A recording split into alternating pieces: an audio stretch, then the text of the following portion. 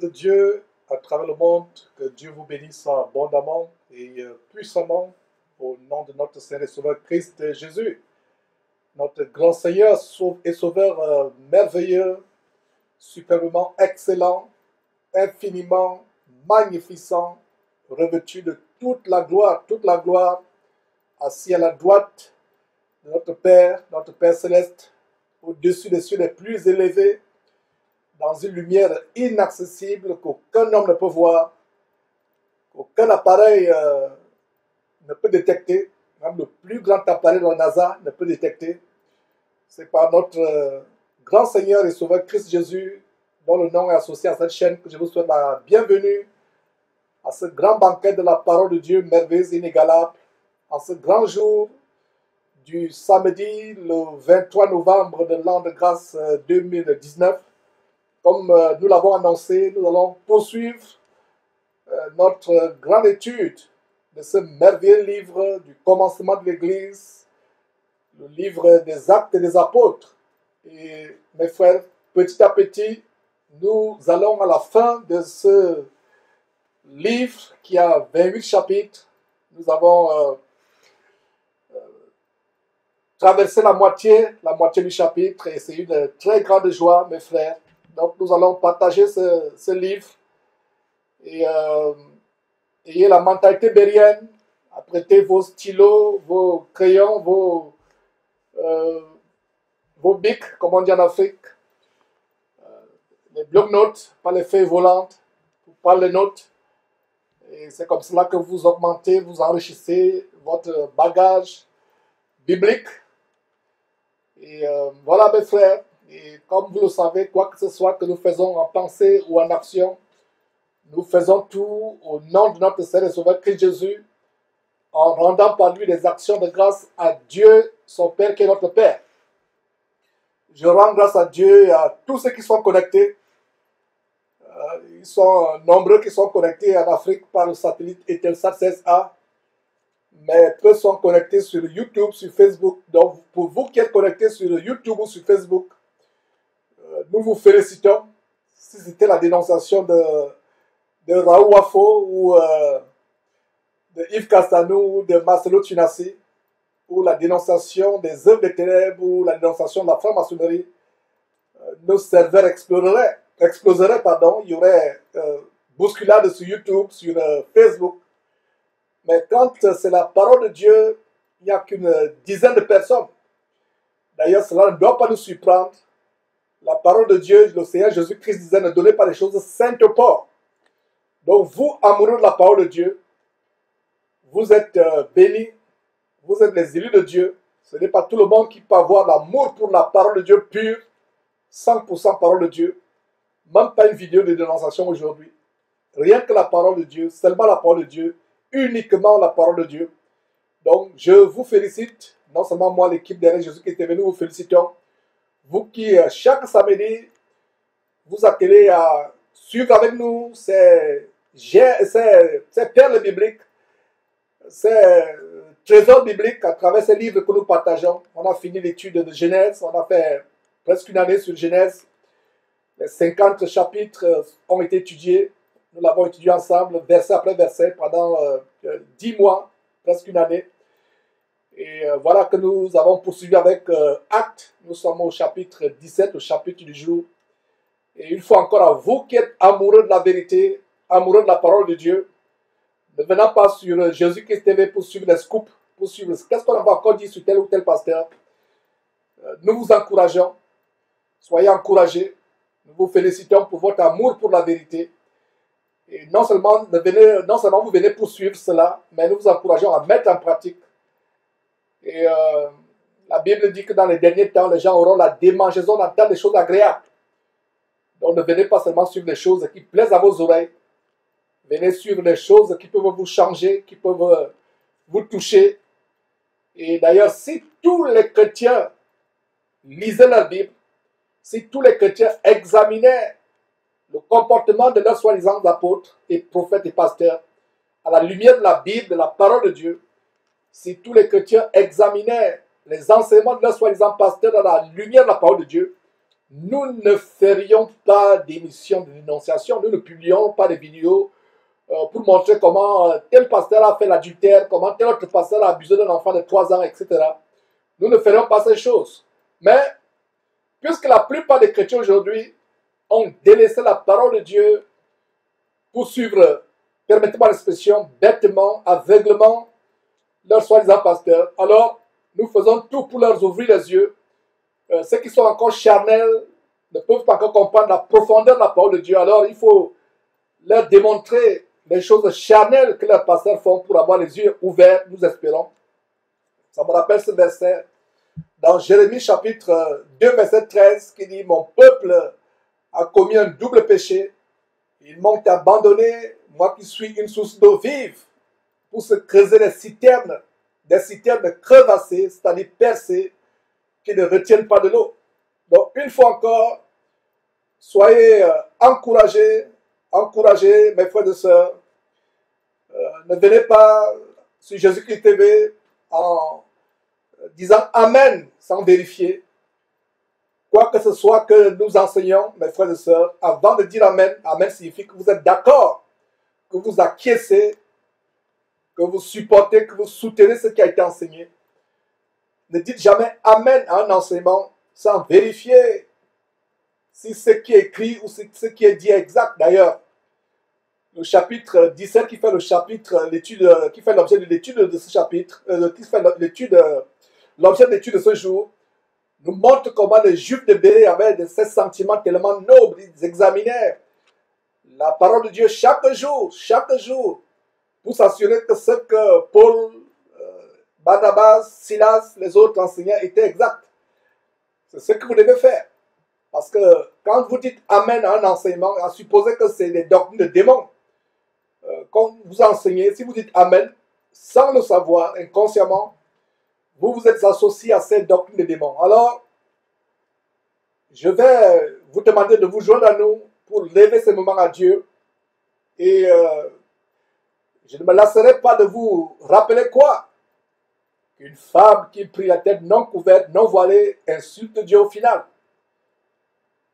De même, un homme qui prie Dieu ayant quelque chose sur la tête, une casquette, un béret, un chapeau, un képi, une chéchia, peu importe, qui prie Dieu, un homme qui prie Dieu ayant quelque chose sur la tête, insulte Dieu au final.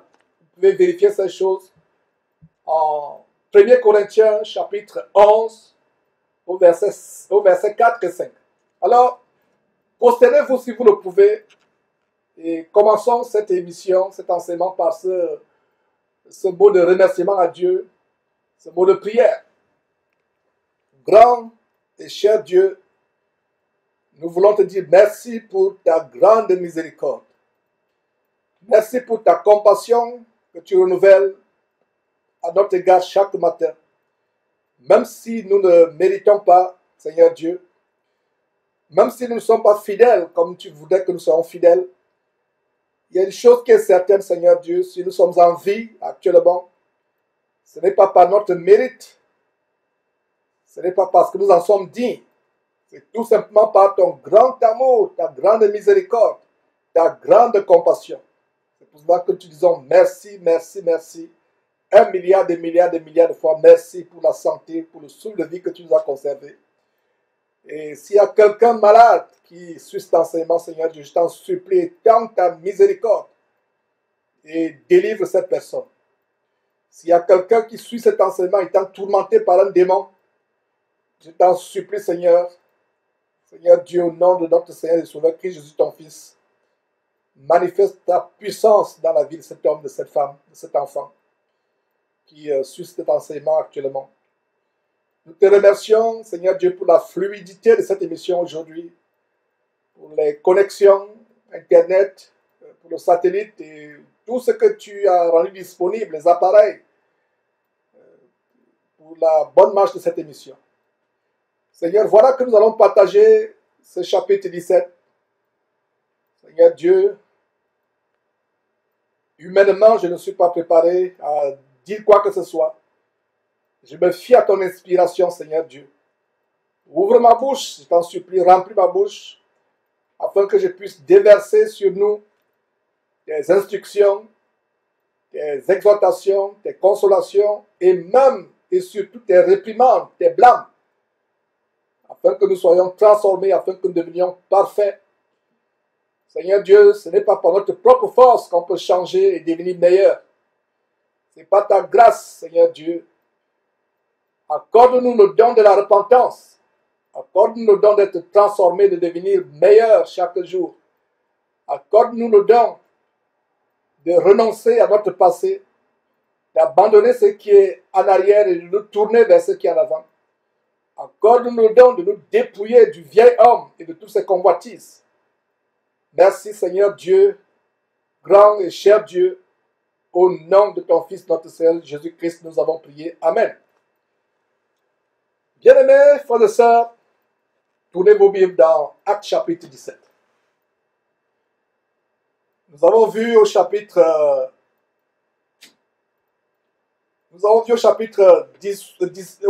16, excusez-moi, comment Paul et Silas avaient été persécutés terriblement pour avoir chassé un démon, un esprit de Python d'une femme esclave que ses maîtres utilisaient pour avoir de l'argent.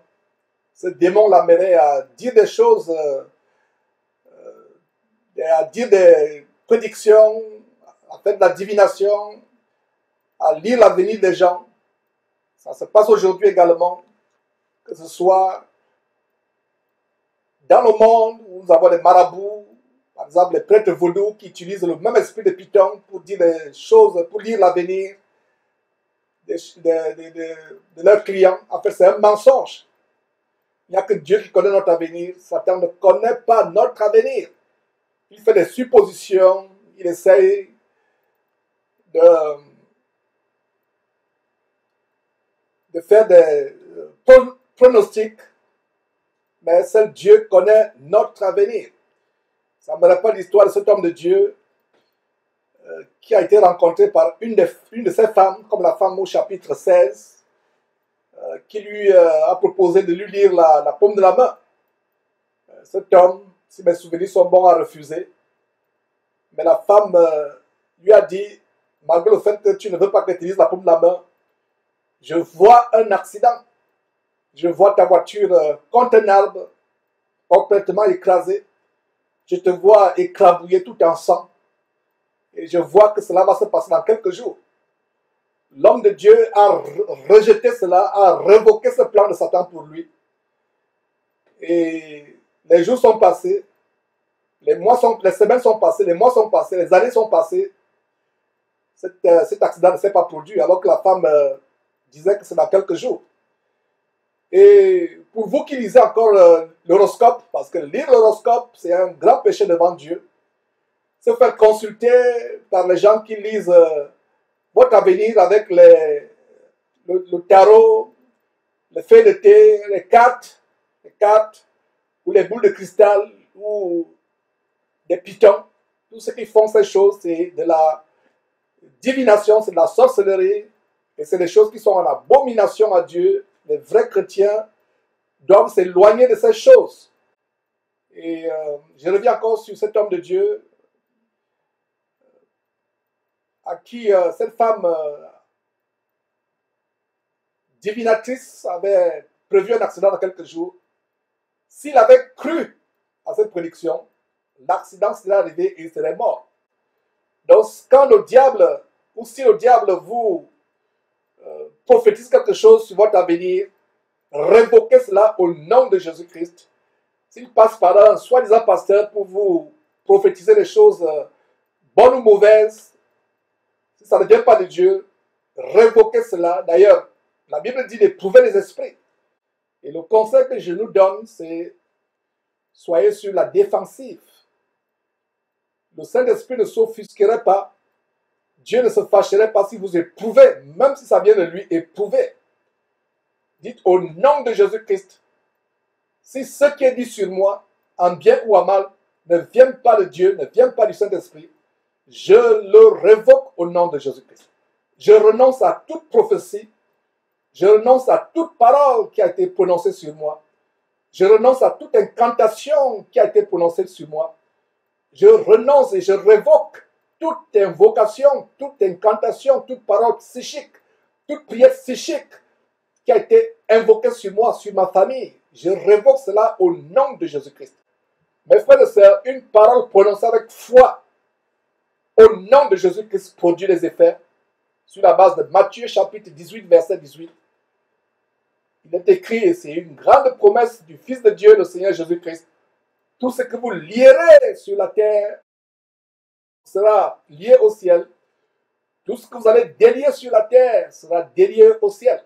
Voilà une grande promesse. Donc, si d'aventure quelqu'un, soit un faux prophète, soit un marabout, un féticheur,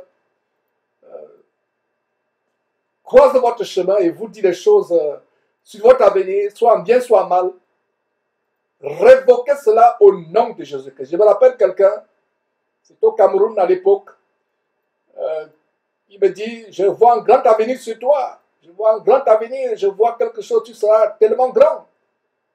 Et n'étant pas encore affaibli dans cette parole comme je le suis aujourd'hui, quand même j'ai eu le réflexe de renoncer à ce qu'il disait parce que j'ai discerné que le monsieur n'était pas correct. Il travaillait avec les forces des ténèbres. Alors voilà les conseils que je vous donne. Et voilà ce qu'on a vu il y a une semaine, au chapitre 16.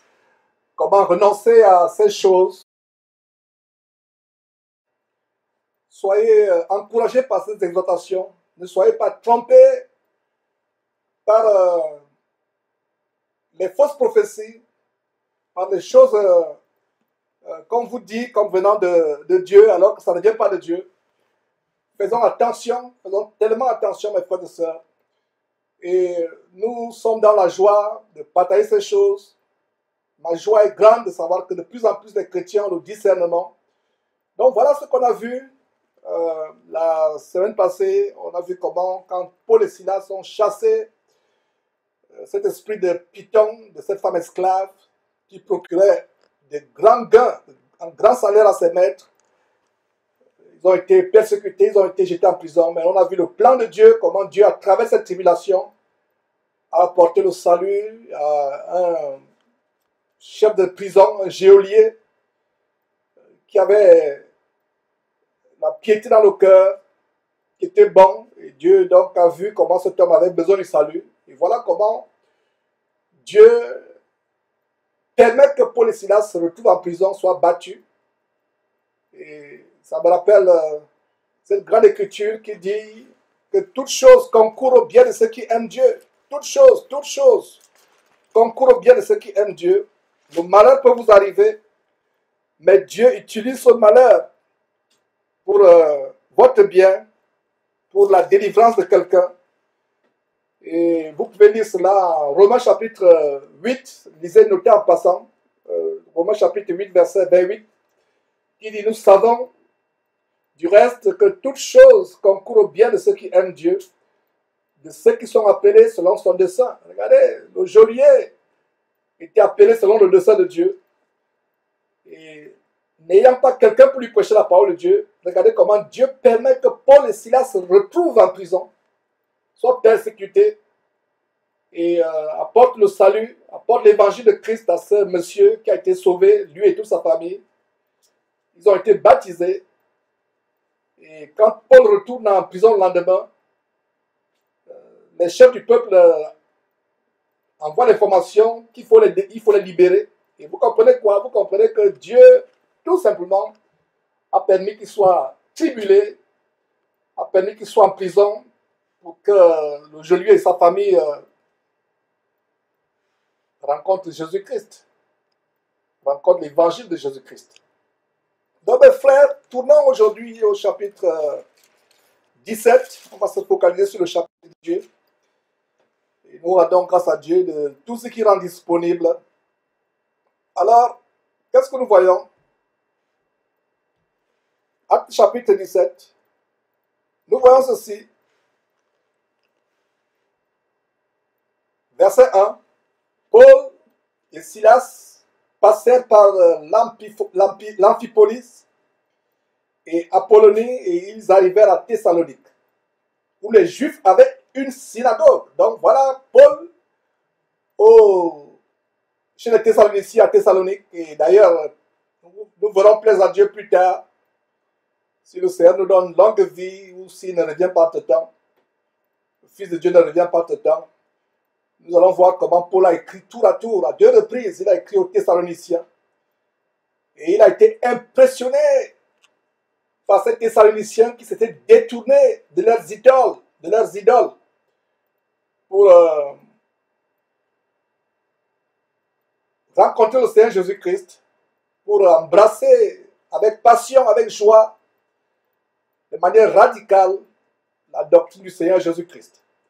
Alors, Paul et Silas, verset 1, passèrent par Amphipolis et Apollonie et ils arrivèrent à Thessalonique, où les Juifs avaient une synagogue.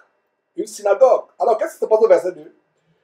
Paul y entra, selon sa coutume, c'est-à-dire selon son habitude. Il entra dans la synagogue. Pendant 3 sabbats, il discutait avec eux, avec les Juifs qui avaient la synagogue. Il discutait comment? D'après la philosophie, d'après son savoir humain, d'après leur tradition. Il discutait avec eux d'après quoi? D'après les Écritures. Voilà une première grande leçon dans ce chapitre, à savoir que quand nous discutons entre guillemets, pas se disputer, parce qu'on ne doit pas se disputer à cause de la doctrine, on discute, on expose la doctrine de Jésus-Christ. Nous le faisons sur la base des Écritures. Donc, soulignez dans votre Bible que Paul, pendant 3 sabbats, avec 3 samedis, discutait avec ces Juifs qui avaient une synagogue, non pas selon la tradition juive, non pas selon le Talmud, le livre de magie juive, le livre de la Kabbale juive, la magie juive. Ils ne discutaient pas selon la philosophie, parce que ces Juifs, en même temps qu'ils avaient leur tradition juive, beaucoup avaient aussi embrassé la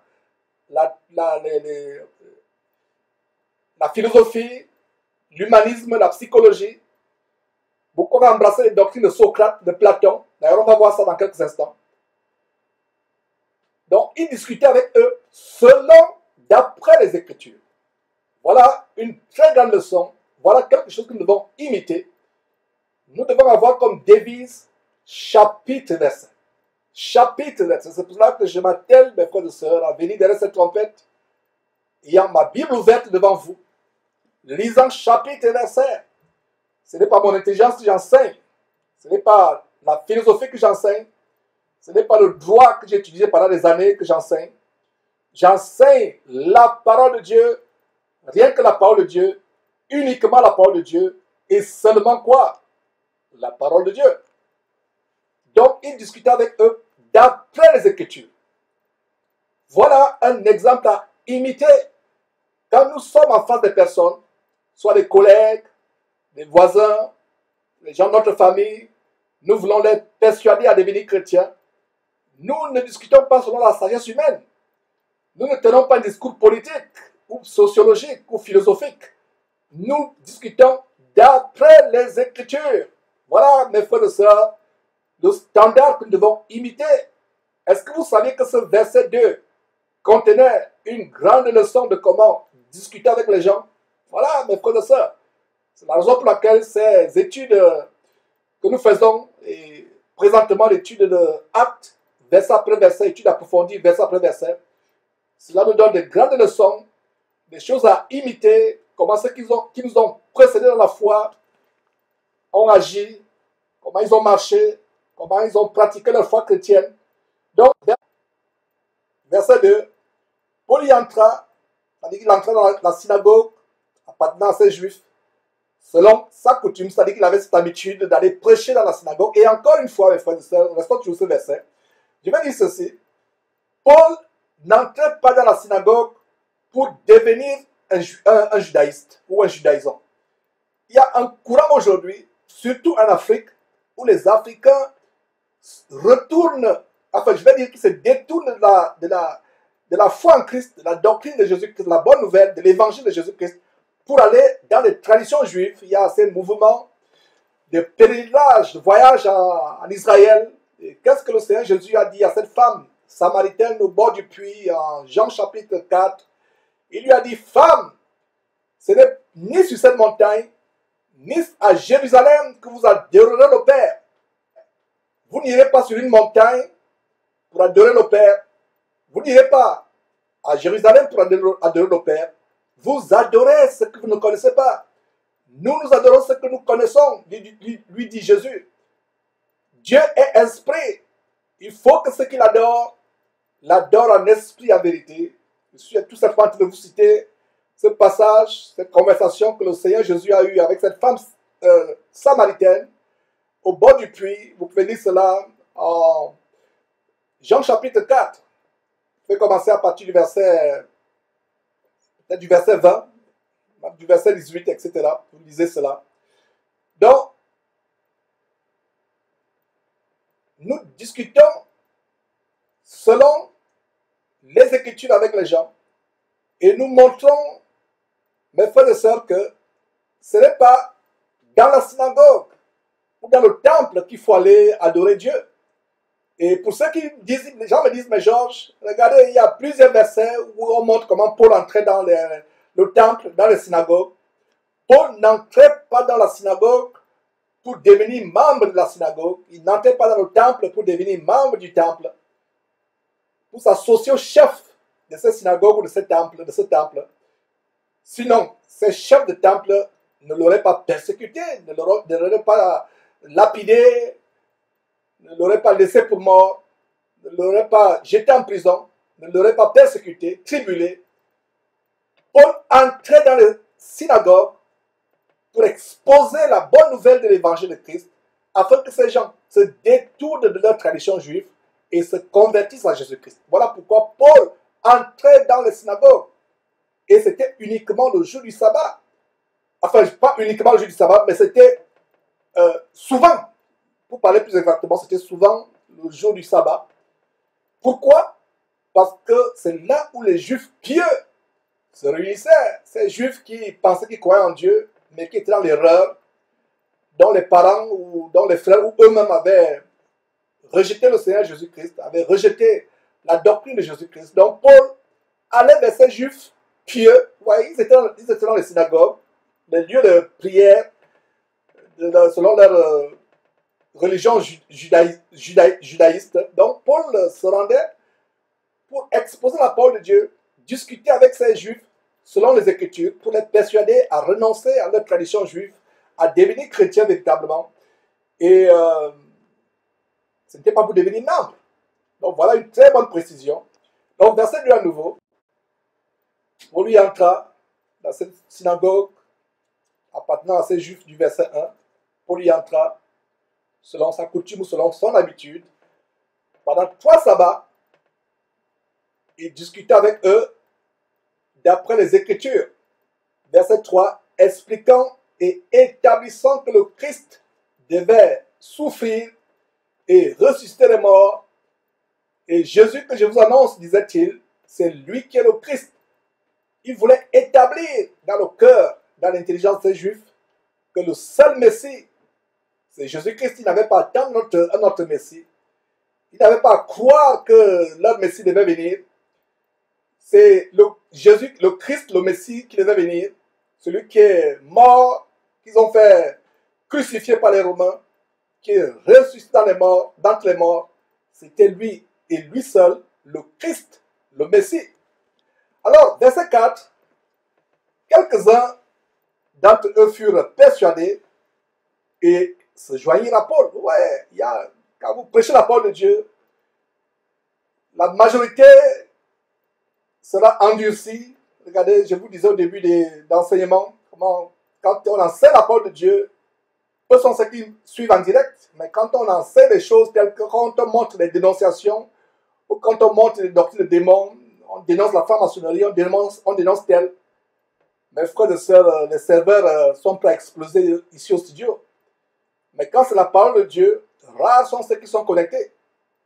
Et quand nous prêchons la parole de Dieu, certains seront persuadés, convaincus pour se convertir, mais la majorité vont s'opposer. Il n'y a rien de nouveau sous le soleil, c'est la même chose qui se passe aujourd'hui. Alors verset 4, quelques-uns d'entre eux furent persuadés, c'est-à-dire convaincus, et se joignirent à Paul et à Silas, ainsi qu'une grande multitude de Grecs créant Dieu et beaucoup de femmes de qualité. Regardez, l'impact du ministère de Paul. Verset 4, à nouveau, quelques-uns d'entre eux furent persuadés et se joignirent à Paul et à Silas, ainsi qu'une grande multitude de Grecs. Ouais, des Grecs, non seulement des Juifs, mais une grande multitude de Grecs, des gens qui, toute leur vie, raisonnaient selon la philosophie qu'ils avaient apprise des Platon, Socrate et autres, Aristote ou je ne sais pas, Épicure et autres. Donc, ils priaient Dieu malgré cela. Et tout ce dont ils avaient besoin, c'est d'entendre l'évangile de Jésus-Christ. Et nous avons aussi beaucoup de femmes de qualité. Pas des femmes rebelles, mais des femmes de qualité. Mais on va voir quelque chose au verset 5. Mais les Juifs, jaloux, prirent avec eux quelques méchants hommes de la populace, provoquèrent des attroupements et répandirent l'agitation dans la ville. Ils se portèrent dans la maison de Jason et ils cherchèrent Paul et Silas pour les amener vers le peuple. Et la jalousie, ces gens voyaient que leur synagogue devait se vider, leur influence religieuse, l'influence du judaïsme allait diminuer, les gens se convertissaient de plus en plus en Christ. La nouvelle voie, c'était la voie de Jésus-Christ qui avait le vent en poupe, qui était en vogue, entre guillemets. Alors, le diable remplit leur cœur de jalousie. C'est ce qui arrive aujourd'hui. Mes frères et sœurs, nous devons éloigner la jalousie de notre cœur. Et regardez ce qui se passe dans ces camps de concentration. Et tel voit que tel autre a construit un stade, tel autre a construit un grand temple, lui aussi va construire le temple. Il y a la course effrénée à la construction des temples, de ces églises de bâtiments qui ne sont en rien des églises, mais des habitations de démons. Et nous, chrétiens, véritablement, nous devons éloigner la jalousie de notre cœur, ne pas être jaloux du ministère de quelqu'un ou des habilités de quelqu'un. Ça, c'est les gens du monde qui ne connaissent pas Christ. C'est normal, c'est juif. Ils n'étaient pas chrétiens. Ils étaient encore dans leur tradition judaïste. Ils ont eu le cœur rempli de jalousie. Donc, ils prennent avec eux les agitateurs, quelques hommes méchants du peuple et de la populace. Ils provoquaient les attroupements. Et ils répandaient l'agitation dans la ville. Et regardez comment le diable utilise ces personnes. Ces personnes ne savaient pas qu'elles étaient utilisées par le diable. Ils se portent à la maison de Jason pour chercher qui? Paul et Silas. Parce que c'est Paul et Silas qui portaient la parole. Ils voulaient amener Paul et Silas vers le peuple. Pourquoi? Certainement pour les lapider. Verset 6. Ne les ayant pas trouvés, ils tenaient Jason et quelques frères devant les magistrats de la ville en criant: ces gens ont bouleversé le monde. Ils sont aussi venus ici et Jason les a reçus. Voilà. Jason les a reçus. Et il y a un détail, mes frères et sœurs, au verset 5, avant que nous continuions, où ces gens sont rendus pour chercher Paul et Silas. Dans une église bâtiment? Non. Que dit le verset 5? Ils se portaient à la maison de Jason. Donc c'est là où ils se réunissaient d'habitude. C'est là où ils se réunissaient. C'est pour ça que je vous dis, mes frères et sœurs, cette étude du livre d'Actes nous montre comment l'église de Christ se tient, où l'église de Christ se tient, dans les maisons. Ils n'avaient pas de temple. Le seul temple qui a été construit, c'est le temple construit par Salomon. Il y avait plusieurs synagogues, mais les lieux de prière établis, tels que les chapelles, les temples, les cathédrales, aucun disciple de Jésus-Christ l'a bâti. Aucun disciple de Jésus-Christ l'a bâti. Donc ces faux pasteurs qui font des collectes de fonds, qui vous escroquent, qui mentent, qui font des choses, ils vont même jusqu'à s'endetter auprès des banques. Pour avoir de l'argent, pour construire des temples. Le terrain lui-même, lui seul étant presque 1 milliard de francs congolais, alors que le pays est gangréné par la guerre, la pauvreté, la misère, dans un pays extrêmement pauvre comme le Congo, Kinshasa, la RDC, la République démocratique du Congo, un pays aussi pauvre, gangréné, qui a été gangréné par la guerre pendant des années, tellement misérable, l'un des pays les plus pauvres de la planète, un soi-disant pasteur dont le nom de l'église s'appelle Compassion, église entre guillemets, plutôt habitation de démons, Compassion va escroquer ces pauvres pour acheter un terrain, rien que le terrain, d'1 milliard de francs congolais. Rien que le terrain. Et ne pouvant pas réaliser ses rêves de grandeur, ses folies de grandeur plutôt, pour parler plus exactement. Parce qu'avec les émissions de dénonciation de Jésus-Christ TV, même si ces ouailles sont envoûtées, ne peuvent pas sortir de là, au moins, il y a un endroit où ces gens, ces fidèles aveuglés ont le discernement. C'est de plus en plus quand il s'agit de leur portefeuille. Alors avant Jésus-Christ TV et d'autres trompettes de dénonciation, l'argent pleuvait du ciel. Les gens ils pouvaient tondre leurs brebis, réaliser leur folie de grandeur. Mais de plus en plus, avec les émissions de dénonciation, l'argent devient rare. Et voilà comment, pour réaliser les rêves, les folies de grandeur, ils vont auprès des banques. Si vous ne savez pas, je parle de Tunasi, on l'a exposé avec quelques publications il y a quelques jours, mais on reviendra encore. Et mes frères, je vais ouvrir une parenthèse en disant, quand vous nous voyez parler de ces gens tous les jours, leur vie ne nous intéresse pas. S'ils faisaient leur brigandage, ne mettant pas Dieu dedans, n'utilisant pas le nom de Jésus-Christ, on ne s'y intéressait pas. Combien de fémanes qui font la fémania, l'escroquerie sans utiliser le nom de Dieu ont été exposés derrière Jésus-Christ? Aucun. Donc, j'ouvre une parenthèse pour dire que les gens comme Tunasi, qui vous escroquent, du moins ceux d'entre vous qui êtes encore aveuglés, leur vie ne nous intéresse pas. Ce qui nous intéresse, c'est le fait qu'ils ferment la voie pour aller au ciel à beaucoup de chrétiens. Ce sont les Bar Jésus ou descendants des Bar Jésus. Ils vous barrent la voie pour aller au ciel. C'est pour ça qu'on expose leur vie, on expose leurs méfaits, on expose leurs forfaits, leurs abominations, pour montrer qu'ils ne sont pas un exemple pour vous. Fuyez-les, fuyez-les. Donc, je veux une parenthèse pour dire que leur vie ne nous intéresse pas. Pourquoi on les expose avec cette hargne, cette détermination? C'est à cause de vous, pour que vous ne vous retrouviez pas en enfer. Que Marcelo Tunasi dise, ok, je suis fatigué d'être exposé par Jésus-Christ TV, alors je vais abandonner la Bible que j'utilise comme moyen d'escroquerie. Je vais commencer à escroquer les gens en faisant la politique. Jésus-Christ TV ne va plus jamais le dénoncer parce qu'il a décidé de sortir de la bergerie pour dévorer les brebis. C'est le même qu'avec Wafo ou Ivan Kassanou. S'il laisse la Bible tranquille, s'il laisse Jésus-Christ tranquille, s'il laisse les chrétiens tranquilles, et qu'ils aillent, qu'ils vous disent qu'officiellement, à partir d'aujourd'hui, ils sont musulmans, qu'ils escroquent les musulmans, Jésus-Christ TV ne va pas les dénoncer. Ce n'est pas Mahomet TV, c'est Jésus-Christ TV.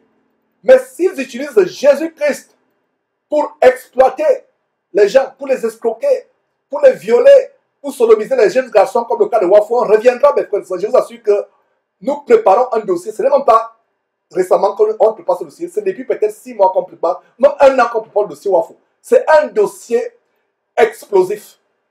Un pasteur, selon les informations que nous avons, n'a jamais été aussi abominable comme Raoul Wafo.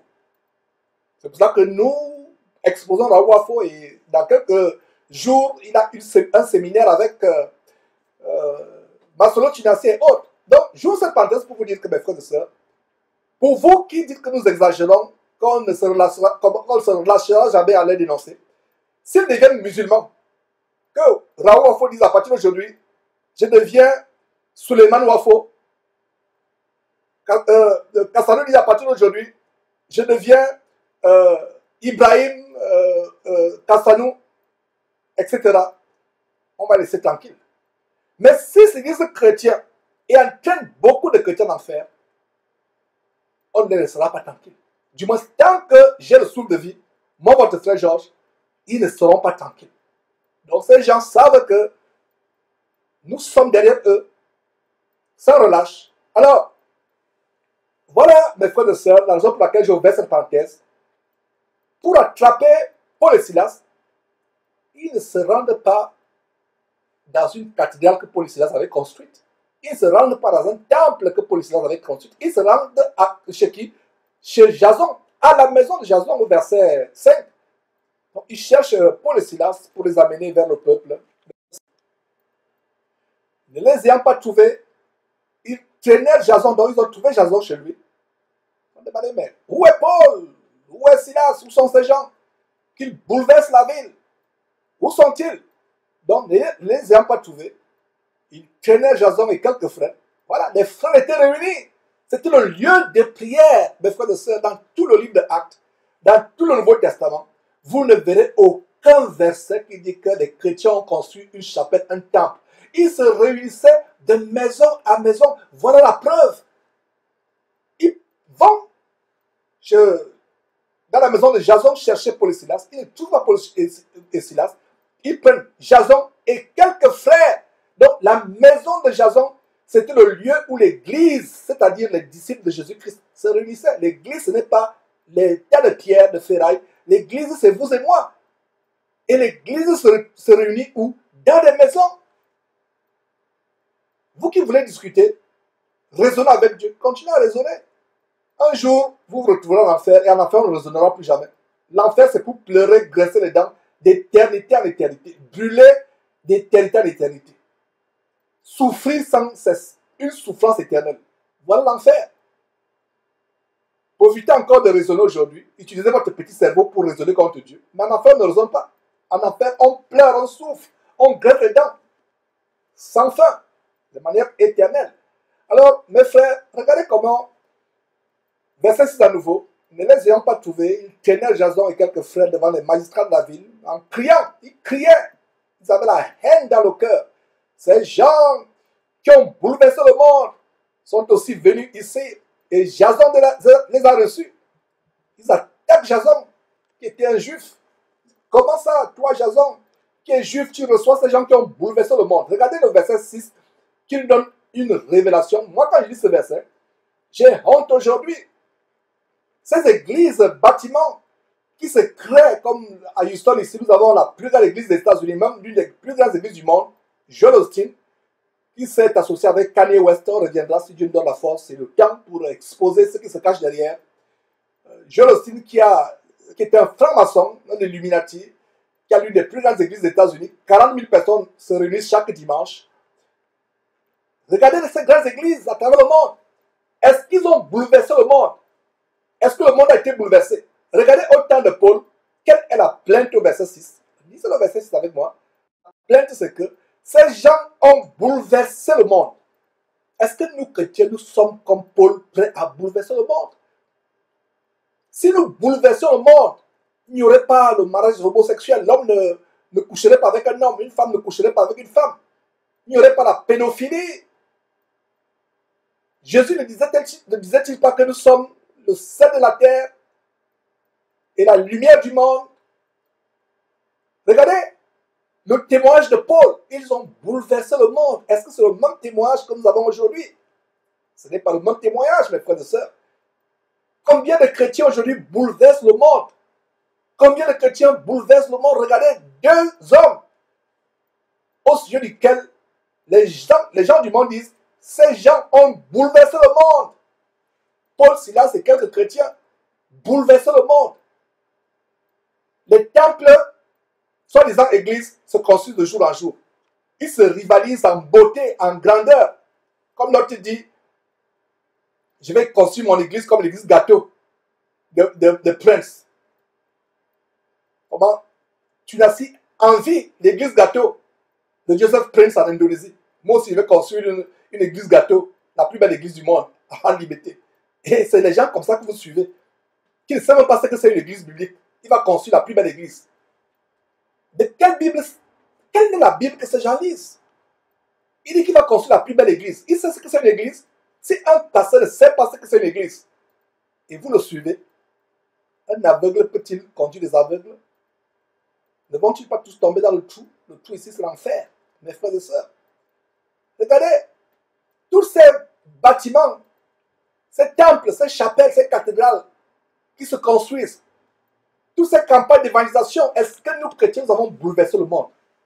Quand j'ai lu le verset 6, je ne sais pas qu'en est-il de vous, mais en ce qui me concerne, ça me remplit de honte. Il me dit, regardez avec ce que nous avons, on a le satellite, on a l'Internet, on a la technologie, on a les pages Facebook, on a les comptes Facebook, les pages Facebook, les comptes YouTube, les chaînes YouTube, on a les télévisions. Est-ce que nous bouleversons le monde? Regardez comment ces gens ont bouleversé le monde. Il n'y avait pas Internet, il n'y avait pas Instagram, il n'y avait pas WhatsApp, il n'y avait pas Facebook, il n'y avait pas YouTube. Ils ont bouleversé le monde, bouleversé le monde. Au point où le monde ne pouvait plus être à l'aise. Regardez ces faux pasteurs que nous dénonçons, Sanogo et Wafo, qui ont leur temple à quelques pas seulement du coin, à quelques pas seulement du coin où les prostituées se réunissent. C'est incroyable. Des vrais chrétiens se réunissent à côté de là où les prostituées viennent, dans la nuit, rencontrer les clients. Les démons de prostitution ont fui. Wafo, Sanogo ont les églises épiceries, les églises boutiques, les épiceries, les boutiques évangéliques, à côté, quelque part seulement. Vous faites 1, 2, 3, 4, 5, 6, 10 pas, vous arrivez au coin où les prostituées se réunissent. Et les prostituées sont à l'aise. Ça montre quoi? Ça montre que le coin des prostituées et le coin de Wafo et de Sanogo, c'est la même chose. C'est la même chose. C'est la même prostitution d'ailleurs. Vous voyez les femmes s'habiller pour aller chez Sanogo ou bien chez Wafo. Ces femmes s'habillent comme les prostituées. C'est le même esprit qui est derrière. Les vrais chrétiens se réunissent, chantent, prient Dieu, jeûnent, louent Dieu, prient Dieu, chantent, prêchent la Bible. À quelque part où il y a les prostituées, ces prostituées vont fuir. C'est le même cas avec Wafo qui a le temple à côté de la loge, une loge, la loge Maïkari, à quelque part seulement. Vous qui pensez que nous mentons, allez vérifier. Quelque part, cette loge n'est pas ébranlée. Des chrétiens, moi je connais, je vous donne des témoignages, mes frères et sœurs, des frères qui priaient au point où ils prient comme cela. Vous voyez, des marabouts viennent, des gens, quelqu'un qui a son code de marabout, il vient dire non, s'il vous plaît. Et arrêtez vos prières. Les chrétiens là, lui disent, mais de quoi parlez-vous? Il dit non, s'il vous plaît, vous dérangez mes affaires, vous dérangez mes esprits. Arrêtez vos prières. Les chrétiens continuent, n'arrêtent pas leurs prières. C'est le marabout, 2 jours après, qui démissionne, va ouvrir sa boutique de maraboutage ailleurs. Une soi-disant église est à quelque part de la loge, est juste derrière la loge de Rose-Croix. Et ils sont à l'aise. Mes frères et sœurs, est-ce que vous comprenez? J'espère que vous comprenez ce que je suis en train de vous dire. J'espère que vous comprenez. J'espère que vous comprenez.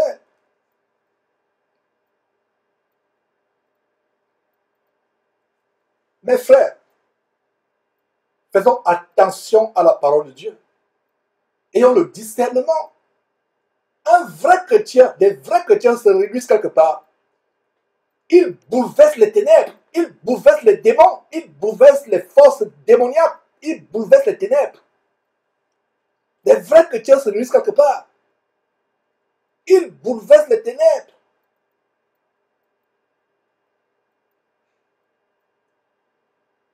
Et ces églises qui s'ouvrent à gauche, à droite, au rez-de-chaussée, c'est l'église qui se tient. En haut, c'est un endroit de massage où les gens viennent se faire masser par les prostituées. Est-ce que c'est possible? Si c'est une vraie église qui se tient, puisque c'est les démons de prostitution qui sont dans ce bar, il y a des endroits où c'est un bar en haut où les gens s'enivrent à longueur de journée avec les prostituées. En bas, c'est l'église. Le bar joue la musique à fond. L'église joue la musique à fond. Est-ce qu'il y a une différence? Est-ce que vous comprenez, mes frères et sœurs? Est-ce que vous comprenez? Continuons. J'espère que ces quelques exemples vont vous ouvrir les yeux. Supporter ma folie, supporter mes débordements, supporter mon excès de zèle. Mais je dis ça pour que vous ayez les yeux ouverts. Ouverts. Ces gens dont je prononce le nom chaque jour ne m'intéressent pas. C'est vous qui m'intéressez. Je suis jaloux de vous, de la jalousie de Jésus-Christ. Je parle là comme l'apôtre Paul disait. Parce que je veux vous fiancer à Christ et non pas à Satan. Je ne voudrais pas que vous soyez les fiancés et les épouses de Satan. Je vous fiancie à Jésus-Christ derrière cette trompette. J'aimerais que nous ayons pour seul époux Jésus-Christ. C'est la jalousie que j'ai. Ces gens qui disent je suis jaloux de leur ministère, jaloux de la boue, jaloux de l'escroquerie, jaloux de leurs milliards illusoires. Tu n'as ce qui dit qu'il sera milliardaire dans quelques années. Mais il est milliardaire en allant commander l'argent auprès d'une banque. En allant commander presque 1 milliard. Mes frères et sœurs, il se moque de vous qui êtes pauvres. Il vous dit, mais vous ne voulez pas être milliardaire. Vous êtes choqué quand je dis qu'il va être milliardaire. Mais qu'est-ce que... Et lui-même, il ne savait pas qu'en faisant cette vidéo, il s'exposait lui-même. Il fait la vidéo, il vient justifier que non, il n'a pas escroqué le terrain. Il ne savait pas qu'en faisant cette vidéo, en révélant comment il s'est endetté auprès d'une banque, il ne savait pas qu'il devait s'exposer lui-même. Nous vous exposons ces choses pour que vous fuyiez de tels hommes. Ils prennent la Bible comme un vernis. Ils ont un gros paquet d'abominations. Ils mettent le vernis de la sanctification. Ils mettent le vernis de l'évangile. Ils se cachent. Ils vous enseignent des choses terribles. Mes frères, retournons à cette parole de Dieu. Pour voir mourir la parole de Dieu. Accrochez-vous à cette parole. Examinez la Bible. Examinez la Bible. Ne vous laissez pas voir. Regardez verset 5, c'est jaloux qui se vont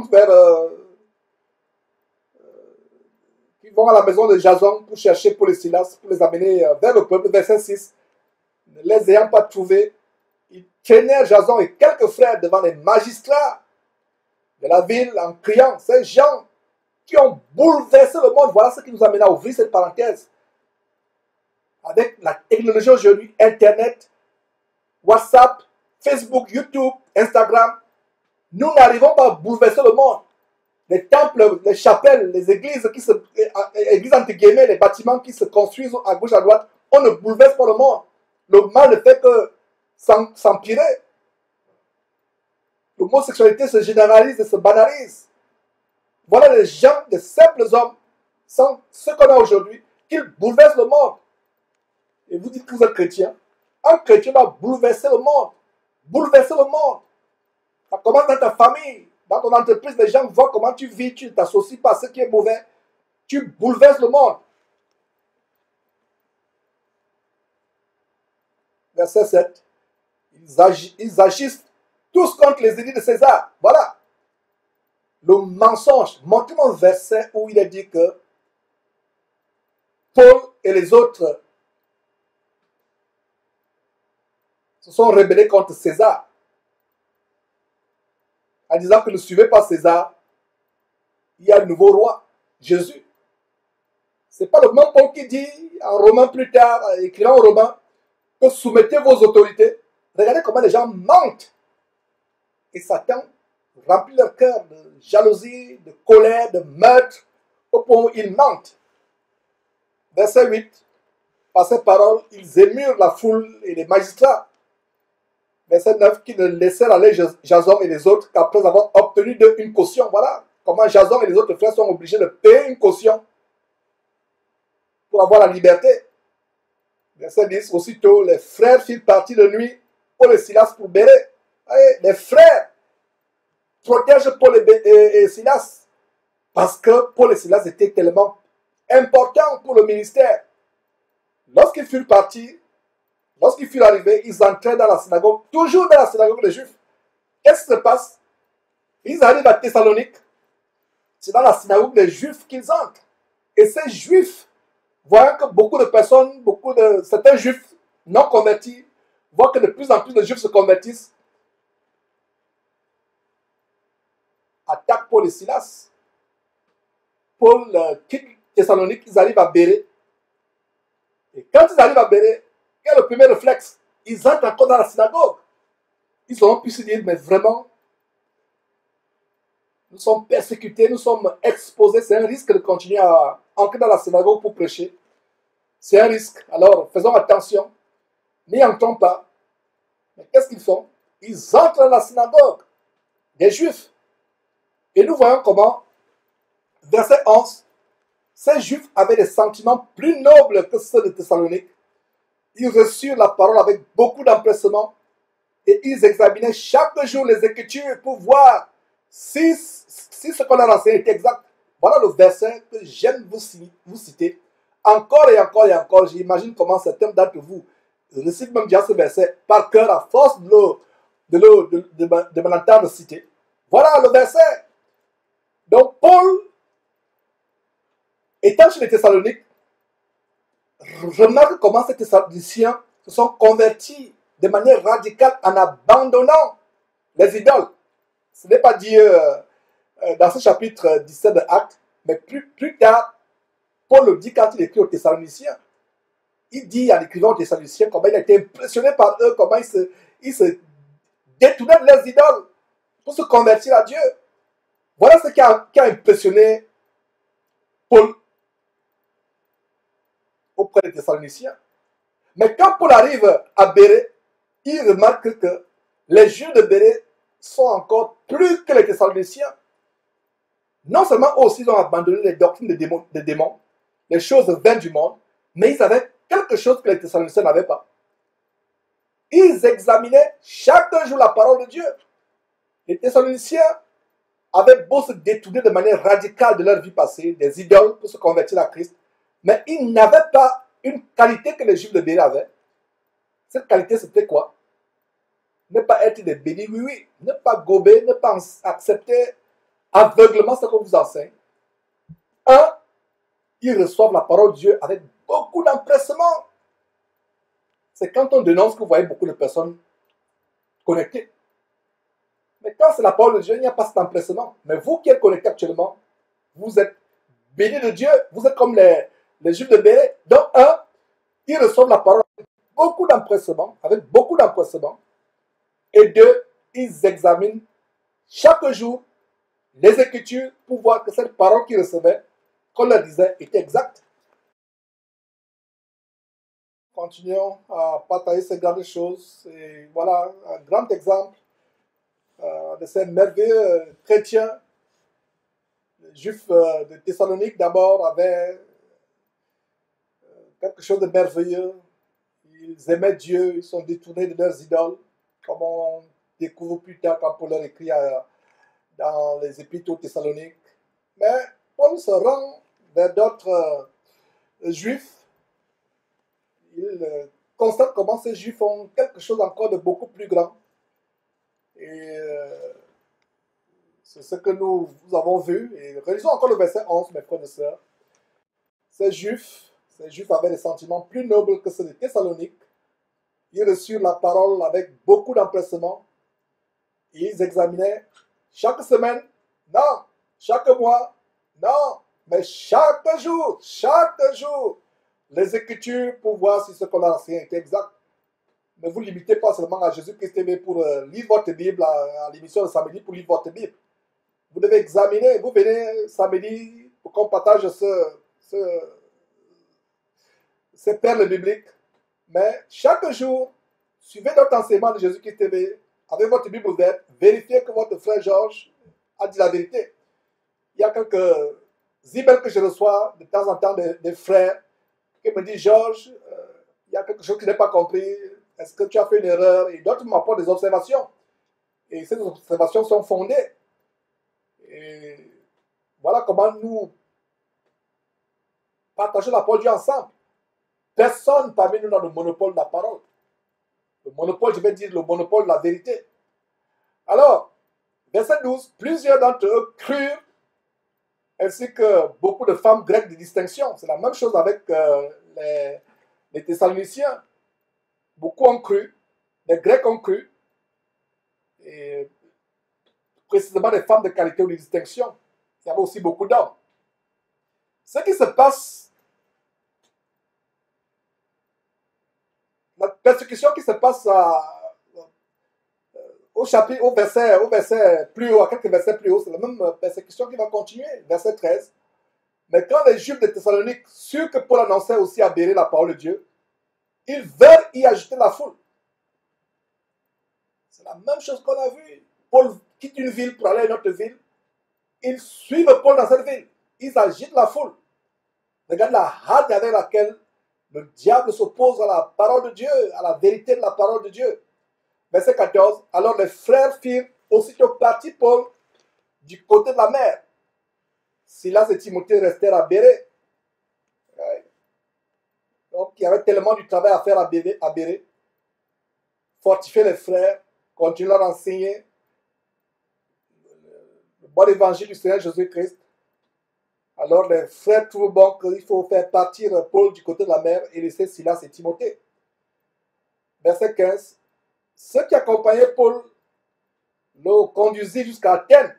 Voilà, chez les Grecs, Athènes, le berceau de la philosophie. Leur Dieu, entre guillemets, et c'est au pluriel, Dieu au pluriel et entre guillemets. Tout dans la vie était sujet d'être un Dieu. C'était le siège, non seulement la capitale, la Grèce, mais c'était le siège de la philosophie. Donc, ils accompagnaient Paul jusqu'à Athènes, et puis ils retournèrent à Bérée, et chargés de transmettre à Silas et à Timothée l'ordre de le rejoindre plus tôt. Donc, Paul arrive à Athènes, il dit aux frères qu'il devait retourner à Bérée, de dire à Silas et à Timothée, dès que possible, s'il vous plaît, rejoignez-moi, parce que nous avons un grand ministère ici à Athènes qui nous attend. Alors, verset 16, comme Paul les attendait à Athènes, Paul attend ses compagnons de service, Silas et Timothée à Athènes. Donc, comme il les attend, verset 16, il sentait au-dedans de lui son esprit s'irriter à la vue de cette ville pleine d'idoles. Son esprit s'irritait. Mes frères, est-ce que ton esprit est irrité, mon frère, ma soeur, quand tu vois dans une ville des abominations, quand tu entres dans un village ou dans une ville, tu vois les statues de Marie, les statues de Joseph, les statues de la franc-maçonnerie. Est-ce que ton cœur est irrité? Si ton cœur ne s'irrite pas, c'est qu'il y a un problème, tu n'es pas encore un vrai chrétien. La première fois que je suis allé en France, c'était pour le cas du travail. Je partais représenter une compagnie qui était une compagnie cliente, négocier un contrat pour cette compagnie en France. La première fois, c'était en 2004. En 2004, je suis émerveillé par les concessions à Paris. J'ai dit bien émerveillé, épaté en 2004. Et j'étais chrétien, pour ne pas dire chrétien, soi-disant chrétien, mais je n'étais pas chrétien. Donc en 2004, je suis émerveillé par les constructions, par ces sculptures et des fois il y a ces sculptures, ces bâtiments qu'on a construits il y a plusieurs siècles. Et vous voyez des animaux, des monstres effrayants au frontispice de ces immeubles. J'étais épaté, j'étais émerveillé. 10 ans plus tard, je vais toujours à Paris, cette fois-là, non plus pour le travail, mais pour fortifier les frères, quelques frères à Paris, quelques frères et sœurs. 10 ans plus tard, j'expérimente ce verset 17. Mon esprit agité. Les mêmes bâtiments, les mêmes sculptures, les mêmes statues, les mêmes sculptures d'animaux effrayants, de monstres qui m'avaient épaté 10 ans auparavant, ne m'épatent plus. 10 ans plus tard, mon cœur est affligé. Je suis triste. Je suis irrité. Qu'est-ce qui s'est passé? Pourtant, 10 ans auparavant, je pensais que j'étais chrétien. Donc, vous êtes dans une ville, les statues de la Vierge Marie, les statues des catholiques, les statues d'autres dénominations, les symboles de la franc-maçonnerie, les statues, la statue de la liberté à New York, le symbole phallique derrière la tour Eiffel ne vous irrite pas, c'est que vous n'êtes pas encore chrétien.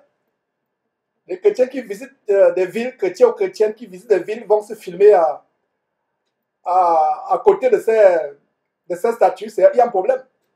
Et c'est le même cas aussi à New York. Je suis arrivé à New York et avant de rejoindre Houston, je me suis arrêté à New York. Je me suis filmé à côté, disons non loin de la statue de la liberté. C'était toujours en 2004. 10 ans plus tard, 10 ans plus tard, je vais dire même quelques années plus tard, mes frères et sœurs, quand Dieu a commencé à me changer, à m'ouvrir les yeux, j'étais plus épaté. J'ai regretté même comment je suis allé me filmer à côté de la statue de la liberté à New York. Aujourd'hui, je vois un immense démon qui se cache derrière cette statue. En fait, c'est la personnification d'une entité démoniaque. Ça m'a irrité. Donc aujourd'hui, mon frère, ma soeur, si tu es impressionné par cette statue, tu vas dans une ville, tu te filmes comme moi auprès de cette statue, c'est que tu ne connais pas Dieu. Tu penses être chrétien. Si ton cœur n'est pas affligé, c'est que tu n'es pas encore chrétien comme tu n'étais pas encore chrétien. C'est un test, mes frères et sœurs. C'est avec beaucoup d'émotion que je vous raconte ces choses. Donc, comment ça, en 2004, je vais à Paris, je suis impressionné par les monstruosités architecturales de Paris, qui m'impressionnent. Mais 10 ans plus tard, je retourne à Paris, mon cœur s'irrite. Il y a eu un changement dans mon cœur. Je ne voyais plus Paris de la même manière. Plusieurs années, je ne voyais plus la Tour Eiffel de la même manière. Pourtant, je m'étais filmé à côté de la Tour Eiffel. Et j'étais tellement fier de cette photo. C'est une photo que je montrais à tout le monde. Hé, moi voilà, regarde, je suis à côté de la Tour Eiffel. Mais aujourd'hui, d'ailleurs, j'ai publié une vidéo où les gens montrent le satanisme derrière la Tour Eiffel, les symboles francs-maçonniques. Allez sur la chaîne YouTube Jésus-Christ TV pour regarder cette vidéo. Qu'est-ce qui se passe? Je prends un autre exemple. J'ai passé mon enfance au Cameroun. Il y a un monument à Yaoundé qui est le monument de la réunification. Quel enfant n'était pas épaté par ce monument? Surtout, c'était l'endroit où se passait le défilé de la fête de l'indépendance. Et pour les Camerounais qui m'écoutent, le jour de l'indépendance, c'est un grand jour. C'est avec fierté que les lycéens, les écoliers défilent. Après que l'armée, la police, la gendarmerie aient fait leur défilé. Et quand on allait dans cette zone où le défilé se passait à l'époque, c'était un plaisir pour nous d'aller visiter le monument de la réunification à Yaoundé. Et après plusieurs dizaines d'années, je retourne au Cameroun en 2017, il y a 2 ans. En regardant le monument de la réunification qui m'épatait quand j'étais enfant, qu'est-ce que je vois? Je vois un serpent. Le bout du monument de la réunification à Yaoundé, c'est la queue du serpent. Et la tête du serpent est enfouie dans le sol. Et pour vous, Camerounais, observez encore à nouveau, observez attentivement à nouveau le monument de la réunification de Yaoundé. Vous allez voir ce que pendant des années je n'ai pas vu. La queue du serpent est le sommet du monument de la réunification. Et le serpent s'enroule, et la tête est enfouie dans le sol. C'est un serpent. Incroyable, mes frères et sœurs. Donc, quand Paul était irrité, comme on voit au verset 16, c'est qu'il ne voyait pas simplement ce que la plupart des gens voyaient, c'est-à-dire que les prouesses architecturales, des choses impressionnantes sur le plan architectural, il voyait au-delà et pouvait discerner les dragons, les démons, les entités sataniques. Il pouvait discerner.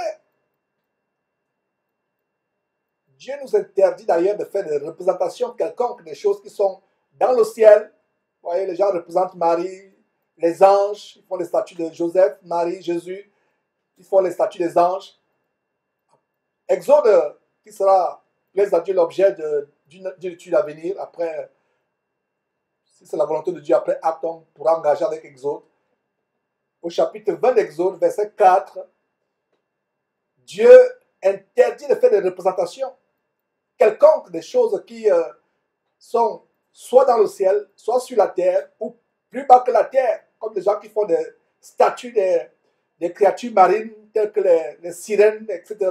Dieu a horreur de ces choses. Et pire encore, quand on se prosterne devant ces choses qu'on a construites pour les adorer, on se prosterne devant ces choses, Dieu interdit cela et il punit tous ceux qui font ces choses. Donc, toi, catholique qui me suis, ou toi qui es dans la Rose-Croix, dans la franc-maçonnerie, qui adore les statues, les idoles, fais attention, répands-toi et cesse de faire ces choses.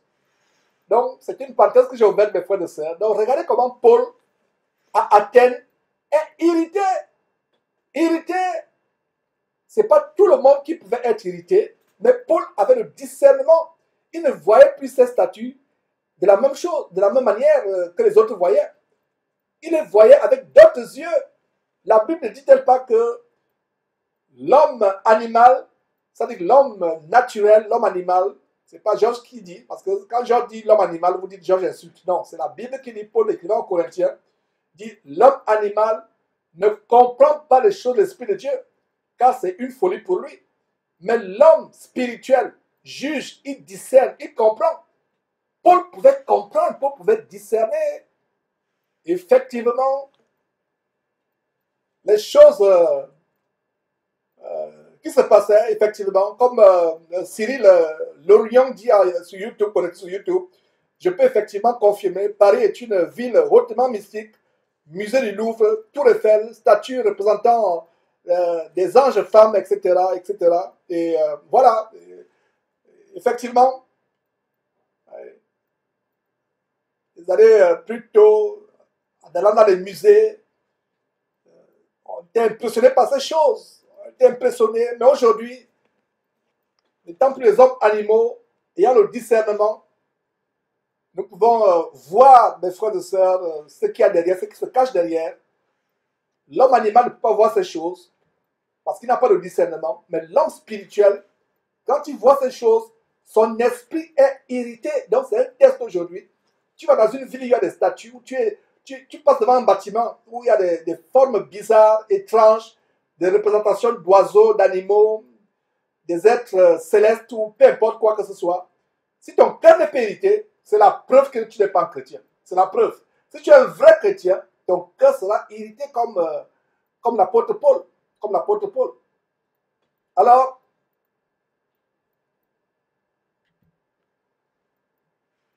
lisons le verset 16.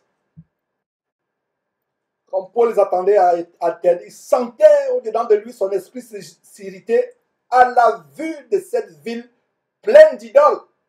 Hey, voilà Paul qui, il n'y a pas longtemps, il était chez les Thessaloniciens. Et lui-même, il était béni comment les Thessaloniciens sont détournés de leurs idoles. Mais il arrive à Athènes, ville pleine d'idoles. Verset 17. Il s'entretenait donc dans la synagogue avec les Juifs, toujours le même principe. Paul allait là où il pouvait sortir les gens de la fausse religion, de la religion qui mène à l'enfer. Du moins, nous en Christ, ce n'est même pas une religion. Nous en Christ, c'est la voie. Jésus-Christ, c'est la voie qui mène à Dieu. Jésus-Christ n'est pas venu établir une religion. Il est venu établir la voie du salut. Donc, Paul, verset 17, comme à son habitude, s'entretient avec les Juifs dans la synagogue et les Juifs, des hommes qui craignent Dieu. C'est ce que je vous disais. Ils allaient Paul et les autres allaient à la synagogue, pas pour devenir membres de la synagogue, mais pour rencontrer des personnes qui craignent Dieu, des personnes pieuses, mais qui n'ont pas la connaissance du salut en Christ Jésus, qui n'ont pas la révélation que Jésus-Christ est la voie du salut. Et non seulement dans la synagogue, selon ce que nous révèle le verset 17, et sur la place publique chaque jour avec eux, avec ceux qu'il rencontrait. Donc, verset 17 à nouveau, il s'entretenait, Paul s'entretient, il prêche la parole de Dieu dans la synagogue avec les Juifs et les hommes craignant Dieu, mais aussi et surtout, mais aussi sur la place publique chaque jour avec ceux qu'il rencontrait. Il n'y avait pas de répit dans le ministère de Paul. Est-ce que nous avons un tel ministère aujourd'hui, mes frères et sœurs? Est-ce que nous avons un tel ministère? Chaque jour, sans répit, prêchant la parole de Dieu. Que Dieu suscite des Pauls dans notre génération. Que Dieu suscite des Pauls. Quelqu'un qui ne se soucie même plus de sa propre vie. Qui chaque jour, dès qu'il entend, dès qu'il a un moment, il prêche la parole de Dieu. Dans les rues, dans les synagogues, s'entretenant avec toute personne qu'il rencontrait, prêchant la parole de Dieu. Puis cet enseignement d'aujourd'hui nous secouer, nous mettre au défi, nous challenger, afin de nous élever au même standard que l'apôtre Paul. Et le verset 18 nous montre quelque chose d'intéressant. Ça confirme ce que je vous ai dit. Paul est arrivé à la capitale de la philosophie, Athènes, la capitale de la Grèce. Alors, verset 18, quelques philosophes épicuriens et stoïciens, regardez, les disciples d'Épicure, que j'étais un disciple d'Épicure en terminale. J'ai fait en passant la philosophie en terminale, c'était ma spécialisation.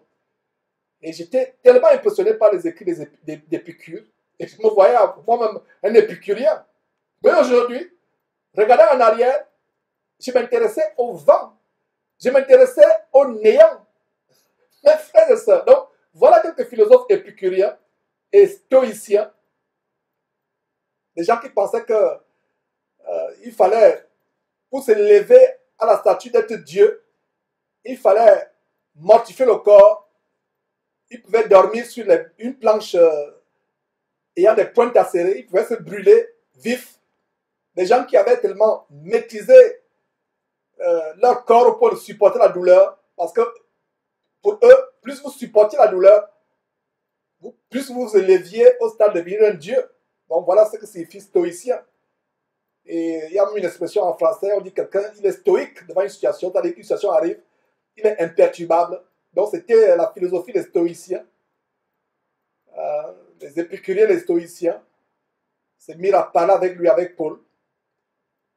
Et regardez la vanité dans leur discours. Les uns disaient, que veut dire ce discours-là? Donc en fait, ils ont l'orgueil.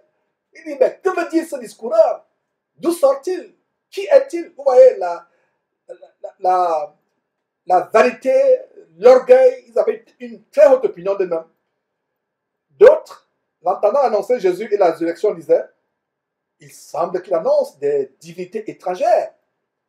Verset 19, alors ils le prirent et le menèrent à l'aréopage en disant, pourrons-nous savoir quelle est cette nouvelle doctrine que tu enseignes? Donc ils amènent Paul. Ils ont tellement entendu des choses. Il y avait des épicuriens, des stoïciens. D'ailleurs, Luc, qui écrit ce livre, n'a pas mentionné tous les courants philosophiques à Athènes. Il y avait les platoniciens, les socratiens, les aristociens, etc. Donc, Paul amène quelque chose d'étrange pour eux. On n'a jamais entendu que veut dire cet homme. Et d'autres, en entendant annoncer Jésus-Christ, ils connaissaient Platon, ils connaissaient Aristote, ils connaissaient Épicure, ils connaissaient Socrate. Mais ils entendent parler de Jésus-Christ, la résurrection. Leur Dieu, Mercure, Jupiter et autres, leurs grands philosophes, Socrate et autres, ils n'avaient jamais entendu parler qu'il est ressuscité. Mais ils entendent l'apôtre Paul parler de quelqu'un qui est ressuscité. Ils disent non, il faut qu'on entende parler de cette personne-là. Donc, il disait, il semble qu'il annonce des divinités étrangères. Alors, verset 19, Paul,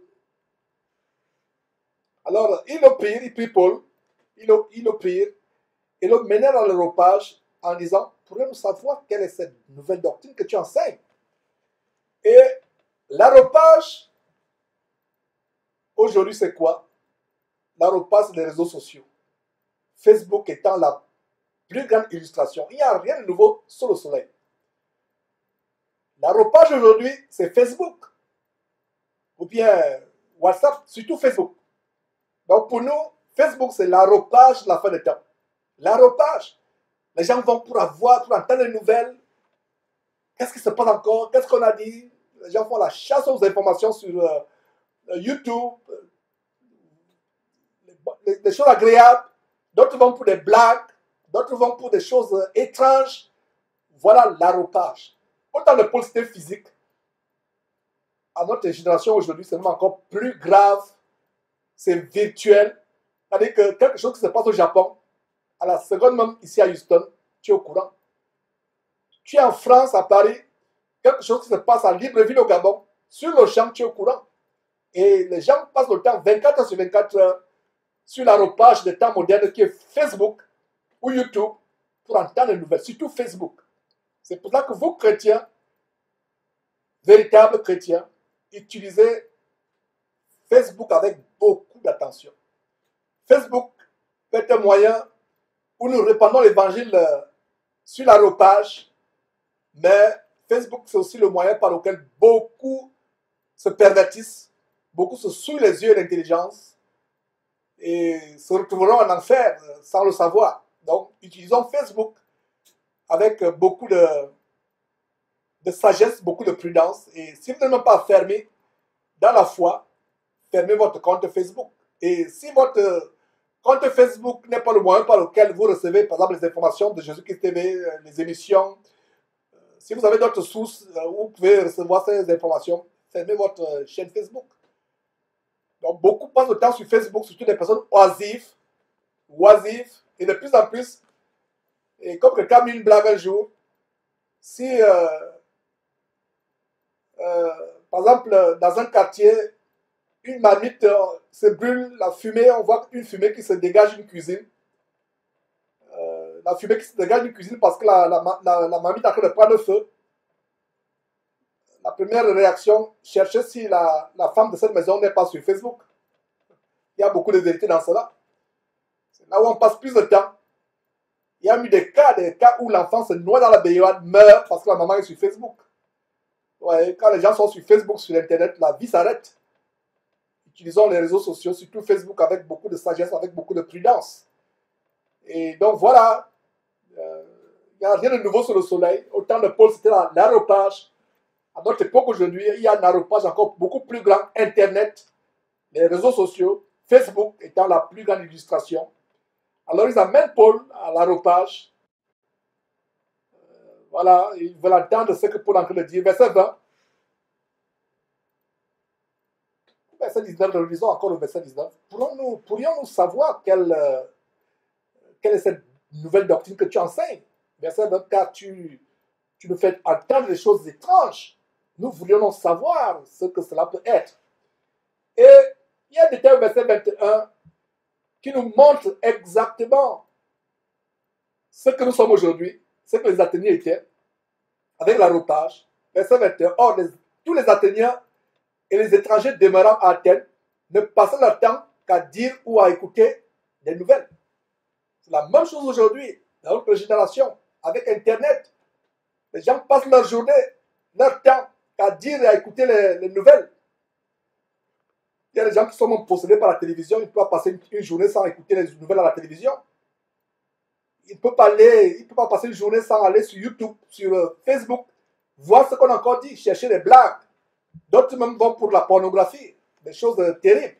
Vous voyez, il n'y a rien de nouveau sur le soleil, nous dit le livre d'Ecclésiaste. Voilà les Athéniens et les étrangers demeurant à Athènes qui font exactement ce que le monde entier presque fait aujourd'hui, passer leur temps à aller sur les réseaux sociaux, entendre des nouvelles. Et puisque Paul est allé prêcher dans l'aropage, nous aussi, nous sommes présents à l'aropage avec Jésus-Christ TV. Nous publions des informations qui peuvent édifier les gens. Nous publions les enseignements. Parce que aujourd'hui, vous pouvez avoir un ami, un grand ami dans votre ville. Vous êtes à Yaoundé, à Douala, à Paris ou à New York. Vous avez votre ami, votre meilleur ami qui est dans la même ville que vous. Vous pouvez passer 6 mois sans vous voir. Mais vous voyez tous les jours sur WhatsApp, vous voyez tous les jours sur Facebook. Les gens sont devenus paresseux. L'homme est devenu paresseux. On se déplace avec peine aujourd'hui. Donc, les amitiés se conservent sur quoi?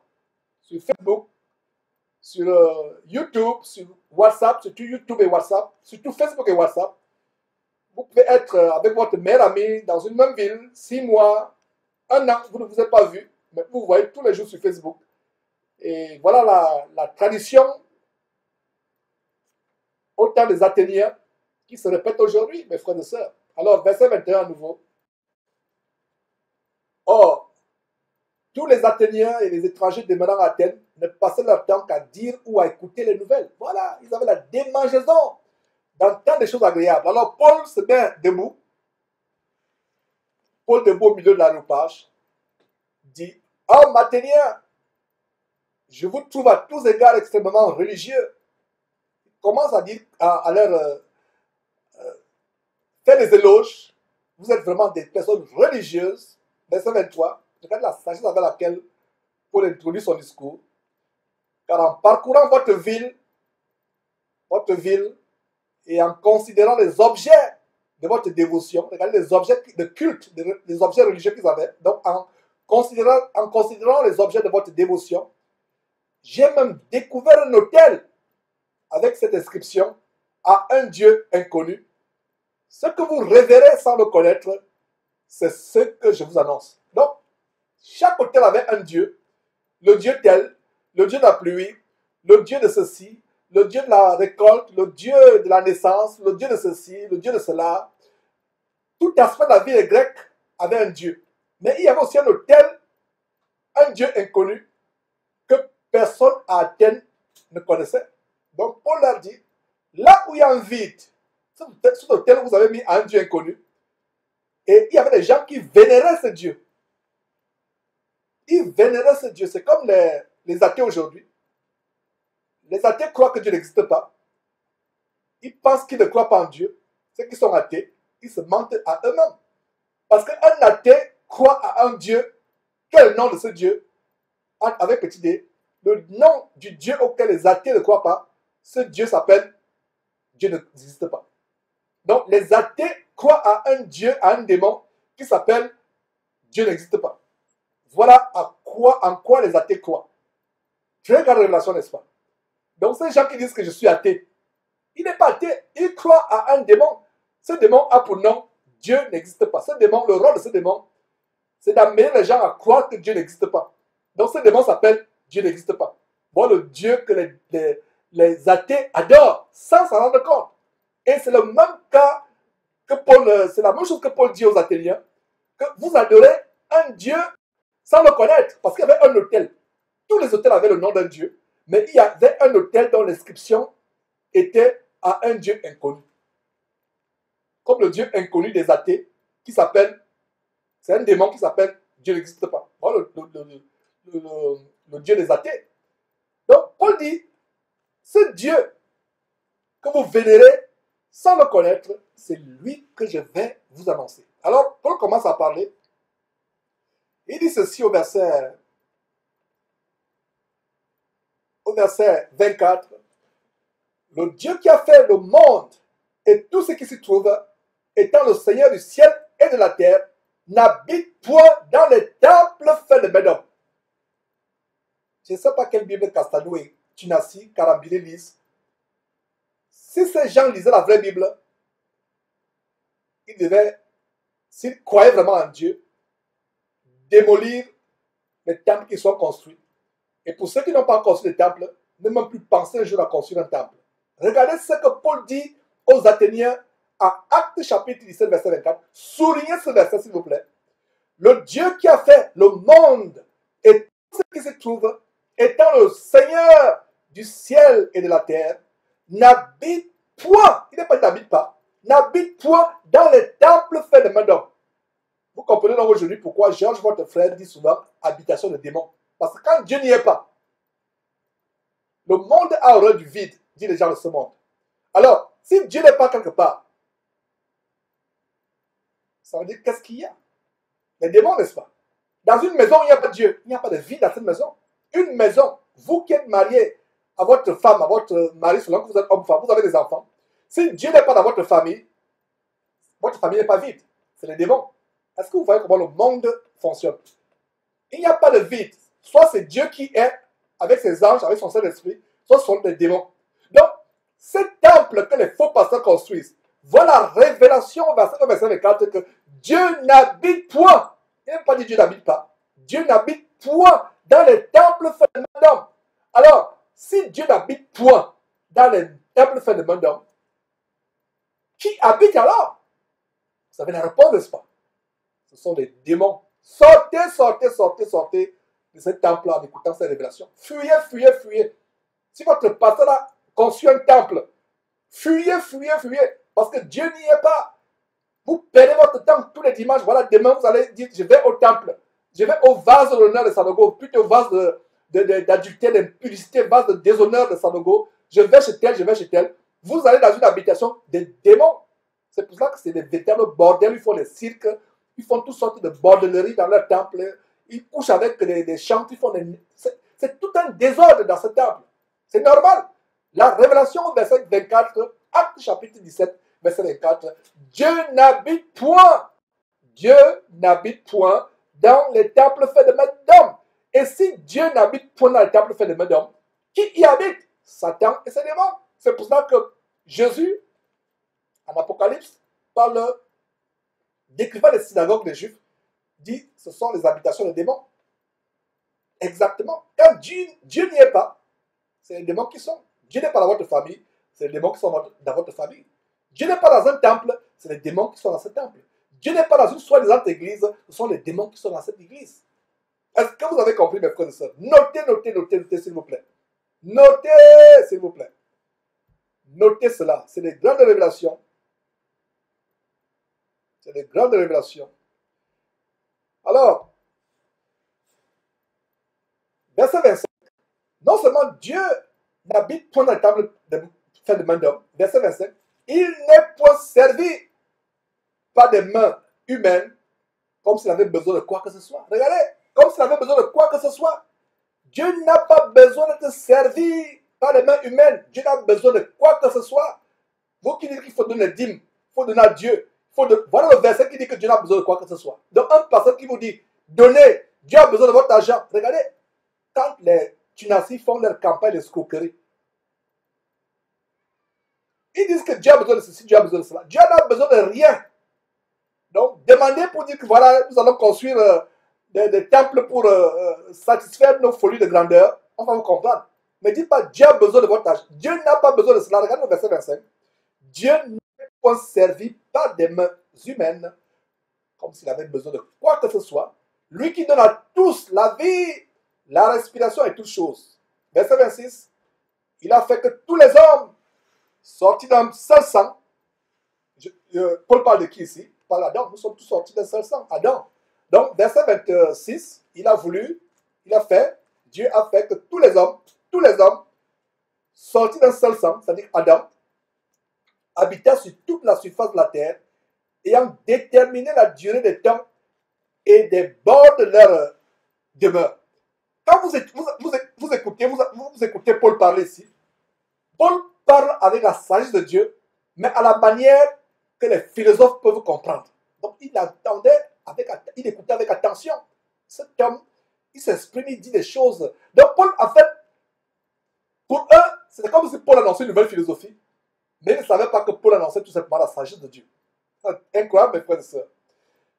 Donc, verset 27, Dieu a voulu qu'ils cherchassent le Seigneur et qu'ils s'efforçassent à le trouver en tâtonnant, bien qu'ils ne soient pas loin de chacun de nous.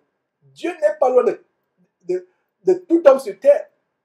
Dans notre conscience, même les athées qui disent que Dieu n'existe pas, je viens de vous démontrer il y a quelques minutes que les athées croient à un Dieu qui leur est inconnu, mais qui est un démon. Le Dieu des athées s'appelle, c'est un démon qui s'appelle Dieu n'existe pas. Et en fait, les athées croient en ce Dieu. Pourquoi? Parce que quand ils sont athées, que Dieu n'existe pas, alors ils peuvent devenir homosexuels, ils peuvent tuer, sortir avec les enfants sexuellement parlant, faire n'importe quoi, parce que eux, dans leur tête, Dieu n'existe pas. Donc, ils osent fermer leur conscience. Vous savez pourquoi la plupart des personnes deviennent athées? Parce qu'ils ne veulent pas confronter le jugement de Dieu dans leur conscience. Malgré le fait qu'ils n'ont pas le jugement de Dieu dans leur conscience selon eux, leur conscience est toujours là. Est-ce que vous savez comment nous sommes près de Dieu? Comment Dieu est près de chacun de nous? Chrétien ou non chrétien, c'est par notre conscience.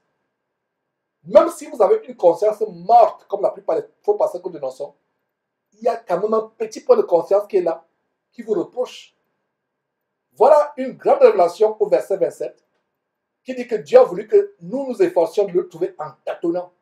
Que ceci soit une consolation pour beaucoup de chrétiens. Moi qui vous parle, j'étais un grand pécheur. Et je ne suis pas encore arrivé, mes frères et sœurs, à la perfection. Que Dieu me fasse grâce d'y arriver.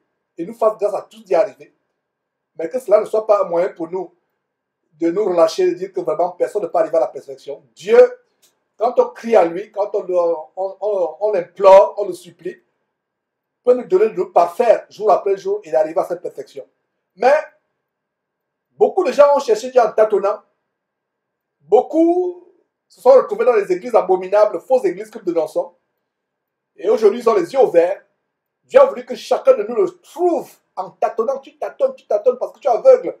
Mais le jour où les yeux sont ouverts, tu ne vas plus tâtonner parce que tu vois clair. Et, autre révélation au verset 27, nous voyons que Dieu n'est pas loin de chacun de nous, chrétiens ou pas chrétiens. Chacun de nous n'est pas loin de chacun de nous. À cause de quoi? À cause de la conscience. Verset 28, très intéressant ce discours de Paul. Le grand discours de Paul à l'aéropage. L'endroit où les gens venaient pour entendre et dire des nouvelles à longueur de journée, le clair de leur temps. Verset 28, car en lui, en Dieu, nous avons le mouvement et l'être. C'est ce qu'ont dit aussi quelques-uns de vos poètes, de qui nous sommes la race. Voilà, donc, Paul essaie de parler comme eux. Paul utilise leur langage pour les captiver, pour les amener à croire en Jésus-Christ. Verset 29, ainsi donc, étant de la race de Dieu, nous ne devons pas croire que la divinité soit semblable à de l'or, à de l'argent ou à de la pierre sculptée par l'art et l'industrie des hommes. Voilà comment Paul, de manière ingénieuse, de manière très intelligente, avec la sagesse divine, est en train de démolir le fondement religieux des Athéniens, qui est l'idolâtrie, les sculptures d'argent et de pierre, d'or, sculptées par l'art et l'industrie de l'homme. Voilà comment Paul est en train de détruire cela doucement, doucement. Verset 29 à nouveau, très grand verset. Ainsi donc, étant de la race de Dieu, nous ne devons pas croire que la divinité soit semblable à de l'or, à de l'argent ou à de la pierre sculptée par l'art et l'industrie de l'homme. En d'autres termes, Paul leur dit, vos dieux qui sont faits de vos mains ne sont pas des dieux. Dieu ne peut pas être rabaissé à une pierre sculptée. Dieu ne peut pas se rabaisser à de l'argent sculpté. Dieu ne peut pas se rabaisser à de l'or sculpté. Tout ça, ce n'est que la vanité de vos artistes, la vanité de vos industries. Verset 30. Dieu, sans tenir compte des temps d'ignorance, annonce maintenant à tous les hommes, en tout lieu, qu'ils aient à se repentir. Se repentir de quoi? De leur mauvaise vie, de leur vie de péché. Voilà comment Paul annonce puissamment la parole de Dieu. Il démolit l'idolâtrie démesurée des Athéniens, des Grecs. Il démolit cela. Il montre que ces choses ne sont pas des divinités. Ce sont des tas de pierres, tas de poussières, tas de métaux, or, argent. Et il les amène à se repentir que Dieu, sans tenir compte des temps d'ignorance, annonce maintenant à tous les hommes, en tout lieu, qu'ils aient à se repentir. Verset 31. Parce qu'il a fixé un jour où il jugera le monde selon sa justice. Et ce jour arrive. Ce jour, mes frères et sœurs, arrive. Un jour fixé par Dieu. Seul Dieu connaît ce jour. Aucun homme ne connaît ce jour. Comme ce faux prophète qui est allé dans cette chaîne de position spirituelle Casarema pour annoncer que Dieu lui a montré un jour où la fin du monde va arriver. Dieu ne lui a pas montré la bordellerie qui se passe sur Casarema. Dieu ne lui a pas montré la prostitution qui se passe sur Casarema. Dieu ne lui a pas montré les faux pasteurs qui se passent sur Casarema, qui passent sur Casarema, qui viennent payer pour passer sur Casarema. Dieu ne lui a pas montré le satanisme qui est dans cette chaîne qui est une abomination. Mais Dieu lui montre le jour où la fin du monde aura lieu. Incroyable. Peut-être nous reviendrons dans quelques jours sur cela. Le jour où Dieu a fixé, pour le jugement, aucun homme ne sait ce jour. Même son fils Jésus-Christ ne connaît pas ce jour. Ne connaît pas ce jour. Seul Dieu connaît ce jour. Allez lire Matthieu 24 ou Actes chapitre 1 pour vous en convaincre. Jésus lui-même ne connaît pas ce jour. Les anges eux-mêmes ne connaissent pas ce jour. Mais un faux prophète qui a payé l'argent pour aller à cette chaîne de position spirituelle Casarema vient vous dire qu'il connaît le jour. Satan qui le tourmente. Parce que c'était Dieu. Dieu devait lui montrer l'abomination qui est derrière cette chair abominable avec ce couple de femmes Blaise et Lise Manzambi. Mes frères et sœurs. Alors, verset 31, parce que Dieu a fixé un jour que lui seul connaît, son fils Jésus ne connaît pas, les anges ne connaissent pas. Il a fixé un jour où il jugera le monde selon la justice par l'homme qu'il a désigné. Quel homme il a désigné? Jésus-Christ, n'est-ce pas? L'homme, il n'est pas dit Dieu qui l'a désigné. Voilà encore un bon verset qui montre la distinction entre Dieu et Jésus-Christ. Jésus-Christ n'est pas en même temps Dieu et en même temps Fils. Jésus-Christ n'est pas en même temps son propre Fils et son propre Père. C'est-à-dire que si vous allez au ciel, vous n'allez pas voir devant vous quelqu'un, permettez-moi l'expression, quelqu'un qui est en même temps Jésus-Christ, qui est en même temps Dieu. Non. En allant au ciel, si Dieu vous fait grâce, nous fait grâce d'aller au ciel, nous allons voir exactement ce que Étienne a vu en Actes chapitre 7. Dieu à part, Jésus à part. C'est-à-dire que Jésus à côté la droite de Dieu. C'est la même chose que dit ce verset 31, à savoir que Dieu a établi, a fixé un jour où il, Dieu, jugera le monde selon la justice par l'homme qu'il a désiré. L'homme, qui est cet homme? Jésus. Qui a désiré cet homme? Dieu.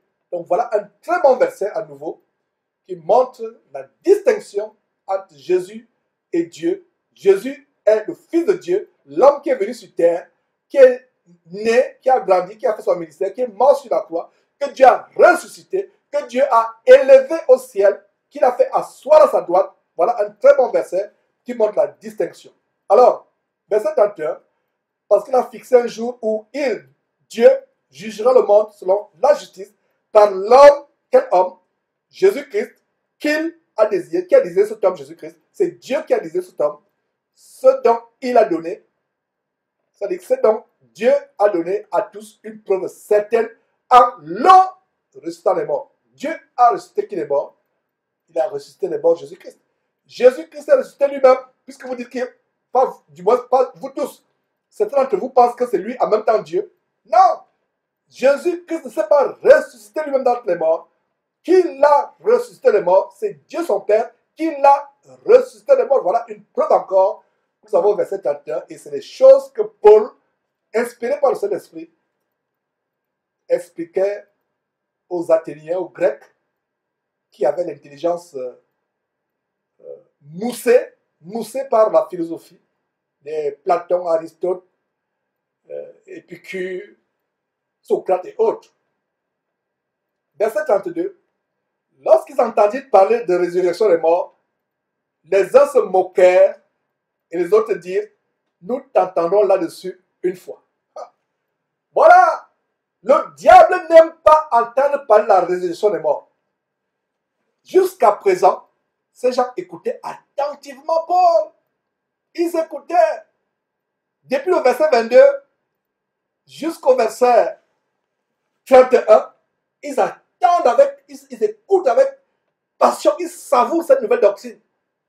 La bonne nouvelle, ils savourent cela. Mais dès que Paul annonce la résurrection des morts, les gens disent non. On pensait que tu enseignais des bonnes choses, mais là tu es devenu fou. Là tu nous as montré que tu es fou. Non, ça, on ne peut pas croire à cela. Parce que pour des philosophes grecs, la résurrection des morts est une folie. C'est une folie. Voilà. Nous prêchons Christ ressuscité. Folie pour les Grecs et les Romains et autres. C'est une folie. Quand vous prêchez que Christ est ressuscité, c'est une folie. Donc, lorsqu'ils entendirent parler de la résurrection des morts, les uns se moquèrent et les autres dirent, nous t'entendrons là-dessus une autre fois. Le diable n'aime pas entendre parler de la résurrection de Jésus-Christ d'entre les morts. Il y a la puissance dans la résurrection de Jésus-Christ. Ce n'est pas un exemple. Regarde les croix, les chapelets des catholiques, les croix des catholiques. Le diable voudrait que vous croyez que Jésus-Christ est éternellement sur un morceau de bois. Regardez le chapelet que les catholiques aveuglés égrènent à longueur de journée. Regardez les croix dans les temples, dans les cathédrales, les chapelles, les paroisses catholiques et autres. Même les soi-disant églises du mouvement pentecôtiste et protestants évangélicaux et protestants et autres. De plus en plus, ils ont aussi les croix. Le diable voudrait voir Jésus éternellement sur un morceau de bois. Ce n'est pas par hasard, mes frères et sœurs. Nous vous annonçons des choses grandes pour que vous compreniez que ce n'est pas par hasard que le diable a aveuglé les gens afin qu'ils aient les croix au-dessus de leur soi-disant église, qu'ils aient les croix comme boucle d'oreille, qu'ils aient les croix sur leur poitrine, qu'ils aient les croix comme par nature à leur chapelet. Le diable a peur de Jésus-Christ ressuscité. Il n'y a pas la puissance dans Jésus-Christ qui est mort tout simplement. Il y a la puissance dans Jésus-Christ mort et ressuscité. C'est pour ça que le diable a réussi de mettre dans l'intelligence de plusieurs personnes dans le monde Jésus-Christ qui est éternellement sur une croix. Jésus a fait combien de temps sur une croix? Un jour? Non. 10 heures? Non. 5 heures? Même pas. Jésus a fait environ 3 heures suspendu sur la croix. Et ensuite, on l'a fait descendre de la croix. On l'a fait enterrer dans le sépulcre qu'ava prêté ce riche Joseph d'Arimathée. Il a fait 3 jours et 3 nuits dans le sol de la terre. Et Dieu son Père l'a puissamment ressuscité. Et d'ailleurs, le diable a touché le cœur des personnes pour leur dire que pour que l'imposture de ses disciples ne continue pas à être répandue, à savoir qu'il est ressuscité des morts, cette imposture ne soit pas répandue, répandant le mensonge selon lequel ses disciples sont venus voler son corps. Et jusqu'aujourd'hui, au moment où je vous parle, certains juifs zélés dans le judaïsme pensent que le corps de Jésus a été volé par ses disciples, qu'il n'est pas ressuscité des morts. Paul, à partir du verset 22, parle aux Grecs. Les Grecs sont émerveillés par les choses qu'ils entendent. Ils sont calmes. Personne ne reprend Paul. Ils écoutent silencieusement Paul. Eux qui étaient habitués à raisonner, à argumenter. Personne ne coupe la parole à Paul. Mais quand Paul arrive à la résurrection des morts, ils arrêtent. Le diable n'aime pas la résurrection de Jésus-Christ. Le diable n'aime pas que vous entendiez parler de la résurrection de Jésus-Christ. C'est pour ça que mon frère, là où tu te trouves, j'aimerais que tu cries avec moi, Jésus-Christ est ressuscité des morts. Ça produit la puissance. Même les démons tremblent quand ils entendent que Jésus-Christ est ressuscité des morts.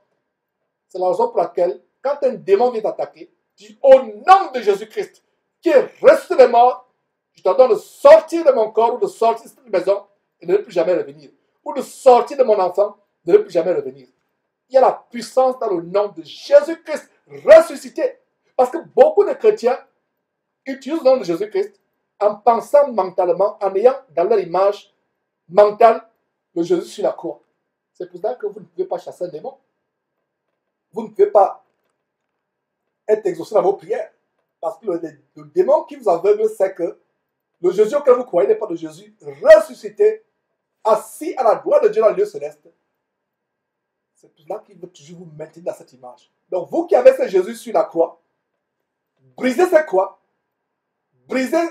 croix, coupez ces chapelets, brûlez-les, sortez de tout bâtiment où il y a une croix au-dessus. D'ailleurs, qu'est-ce que vous faites encore dans ces bâtiments?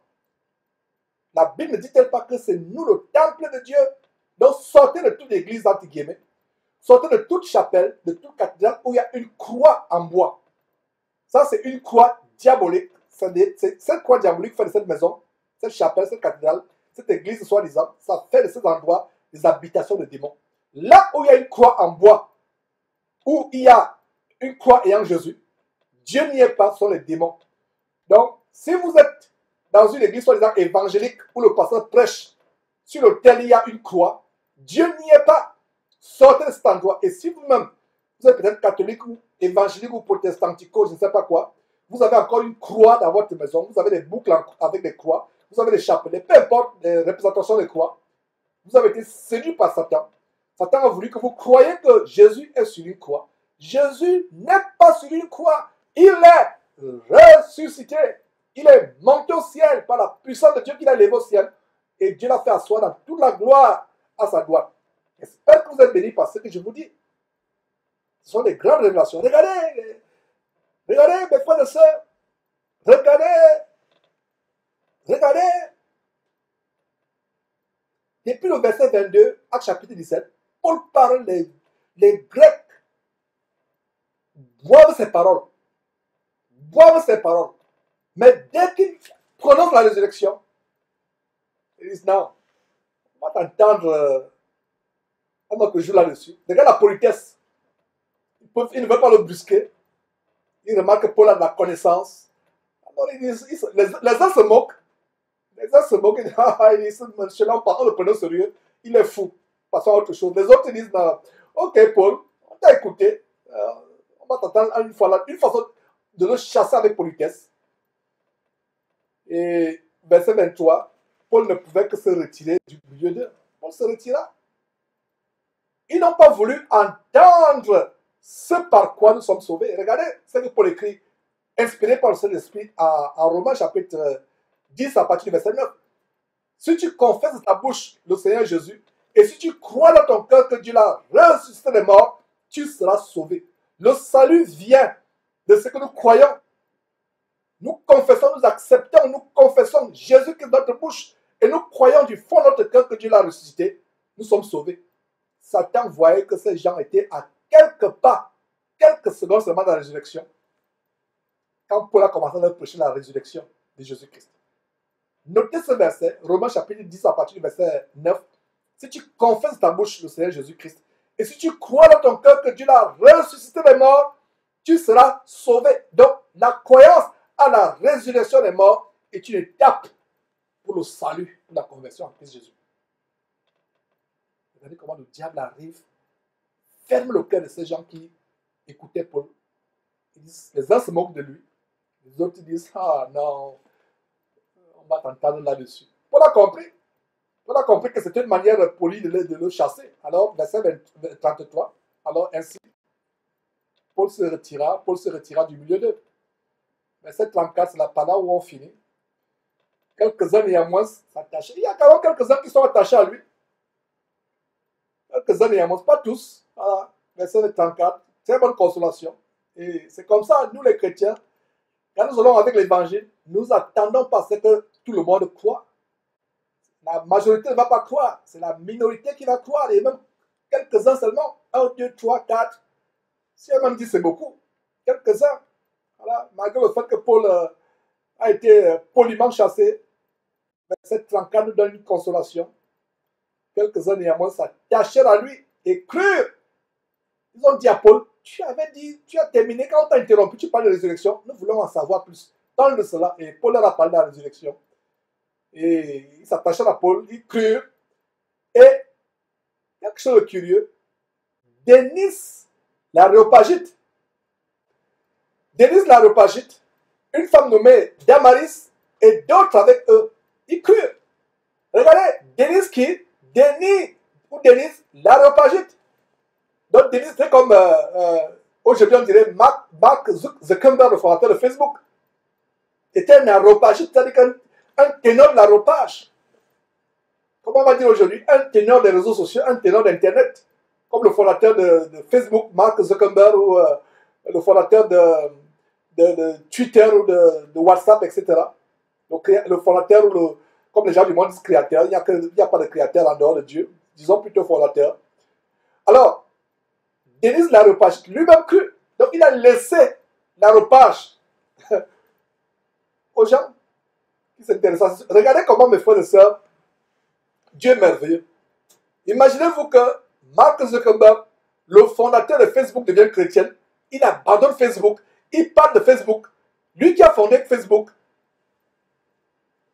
il va laisser des milliards et des milliards d'abonnés sur Facebook, sur la voie de l'enfer. Regardez un aréopagite qui a animé le débat. Denise l'aréopagite, est-ce que vous pensez que c'est par hasard que Dieu a permis que le Saint-Esprit nomme son nom? Donc, Paul a pêché un gros poisson ce jour-là. Malheureusement, Denise l'aréopagite en partant a laissé l'aréopage. L'aréopage, c'était Facebook de l'Antiquité du 1er siècle. Denise l'aréopagite, lui, il est converti, il sort de l'aréopage, il s'attache à Paul, il croit en Jésus-Christ. Il laisse derrière lui des personnes attachées à l'aréopage. Voilà le mystère de Dieu. Et il y a aussi une femme nommée Damaris et d'autres personnes avec eux qui s'attachèrent à Paul et qui crurent à Jésus-Christ. Donc Paul, de manière très sage, très intelligente, l'intelligence de cet esprit, annonça la résurrection. Mes frères, c'était un plaisir de vous partager ces choses. Plaise à Dieu, nous allons continuer avec le chapitre 18 de Actes la semaine prochaine, samedi prochain. Plaise à Dieu, si nous sommes toujours en vie ou si le Seigneur Jésus ne vient pas de temps. Nous allons tout simplement rendre grâce à Dieu et nous séparer. Éternel Dieu, nous te rendons grâce, nous te remercions pour l'infinie grandeur de ton amour, de ta puissance. Merci pour ces révélations, pour ces exhortations, pour ces réprimandes, pour ces corrections, ces instructions que tu nous as données, Seigneur Dieu. Donne-nous de nous élever à ce standard, que nous sommes passionnés par ta parole, où nous l'annoncions partout où nous nous trouvons, sans avoir honte de quoi que ce soit ou de qui que ce soit. Merci pour cet enseignement nouveau. Au nom de Jésus-Christ. Amen.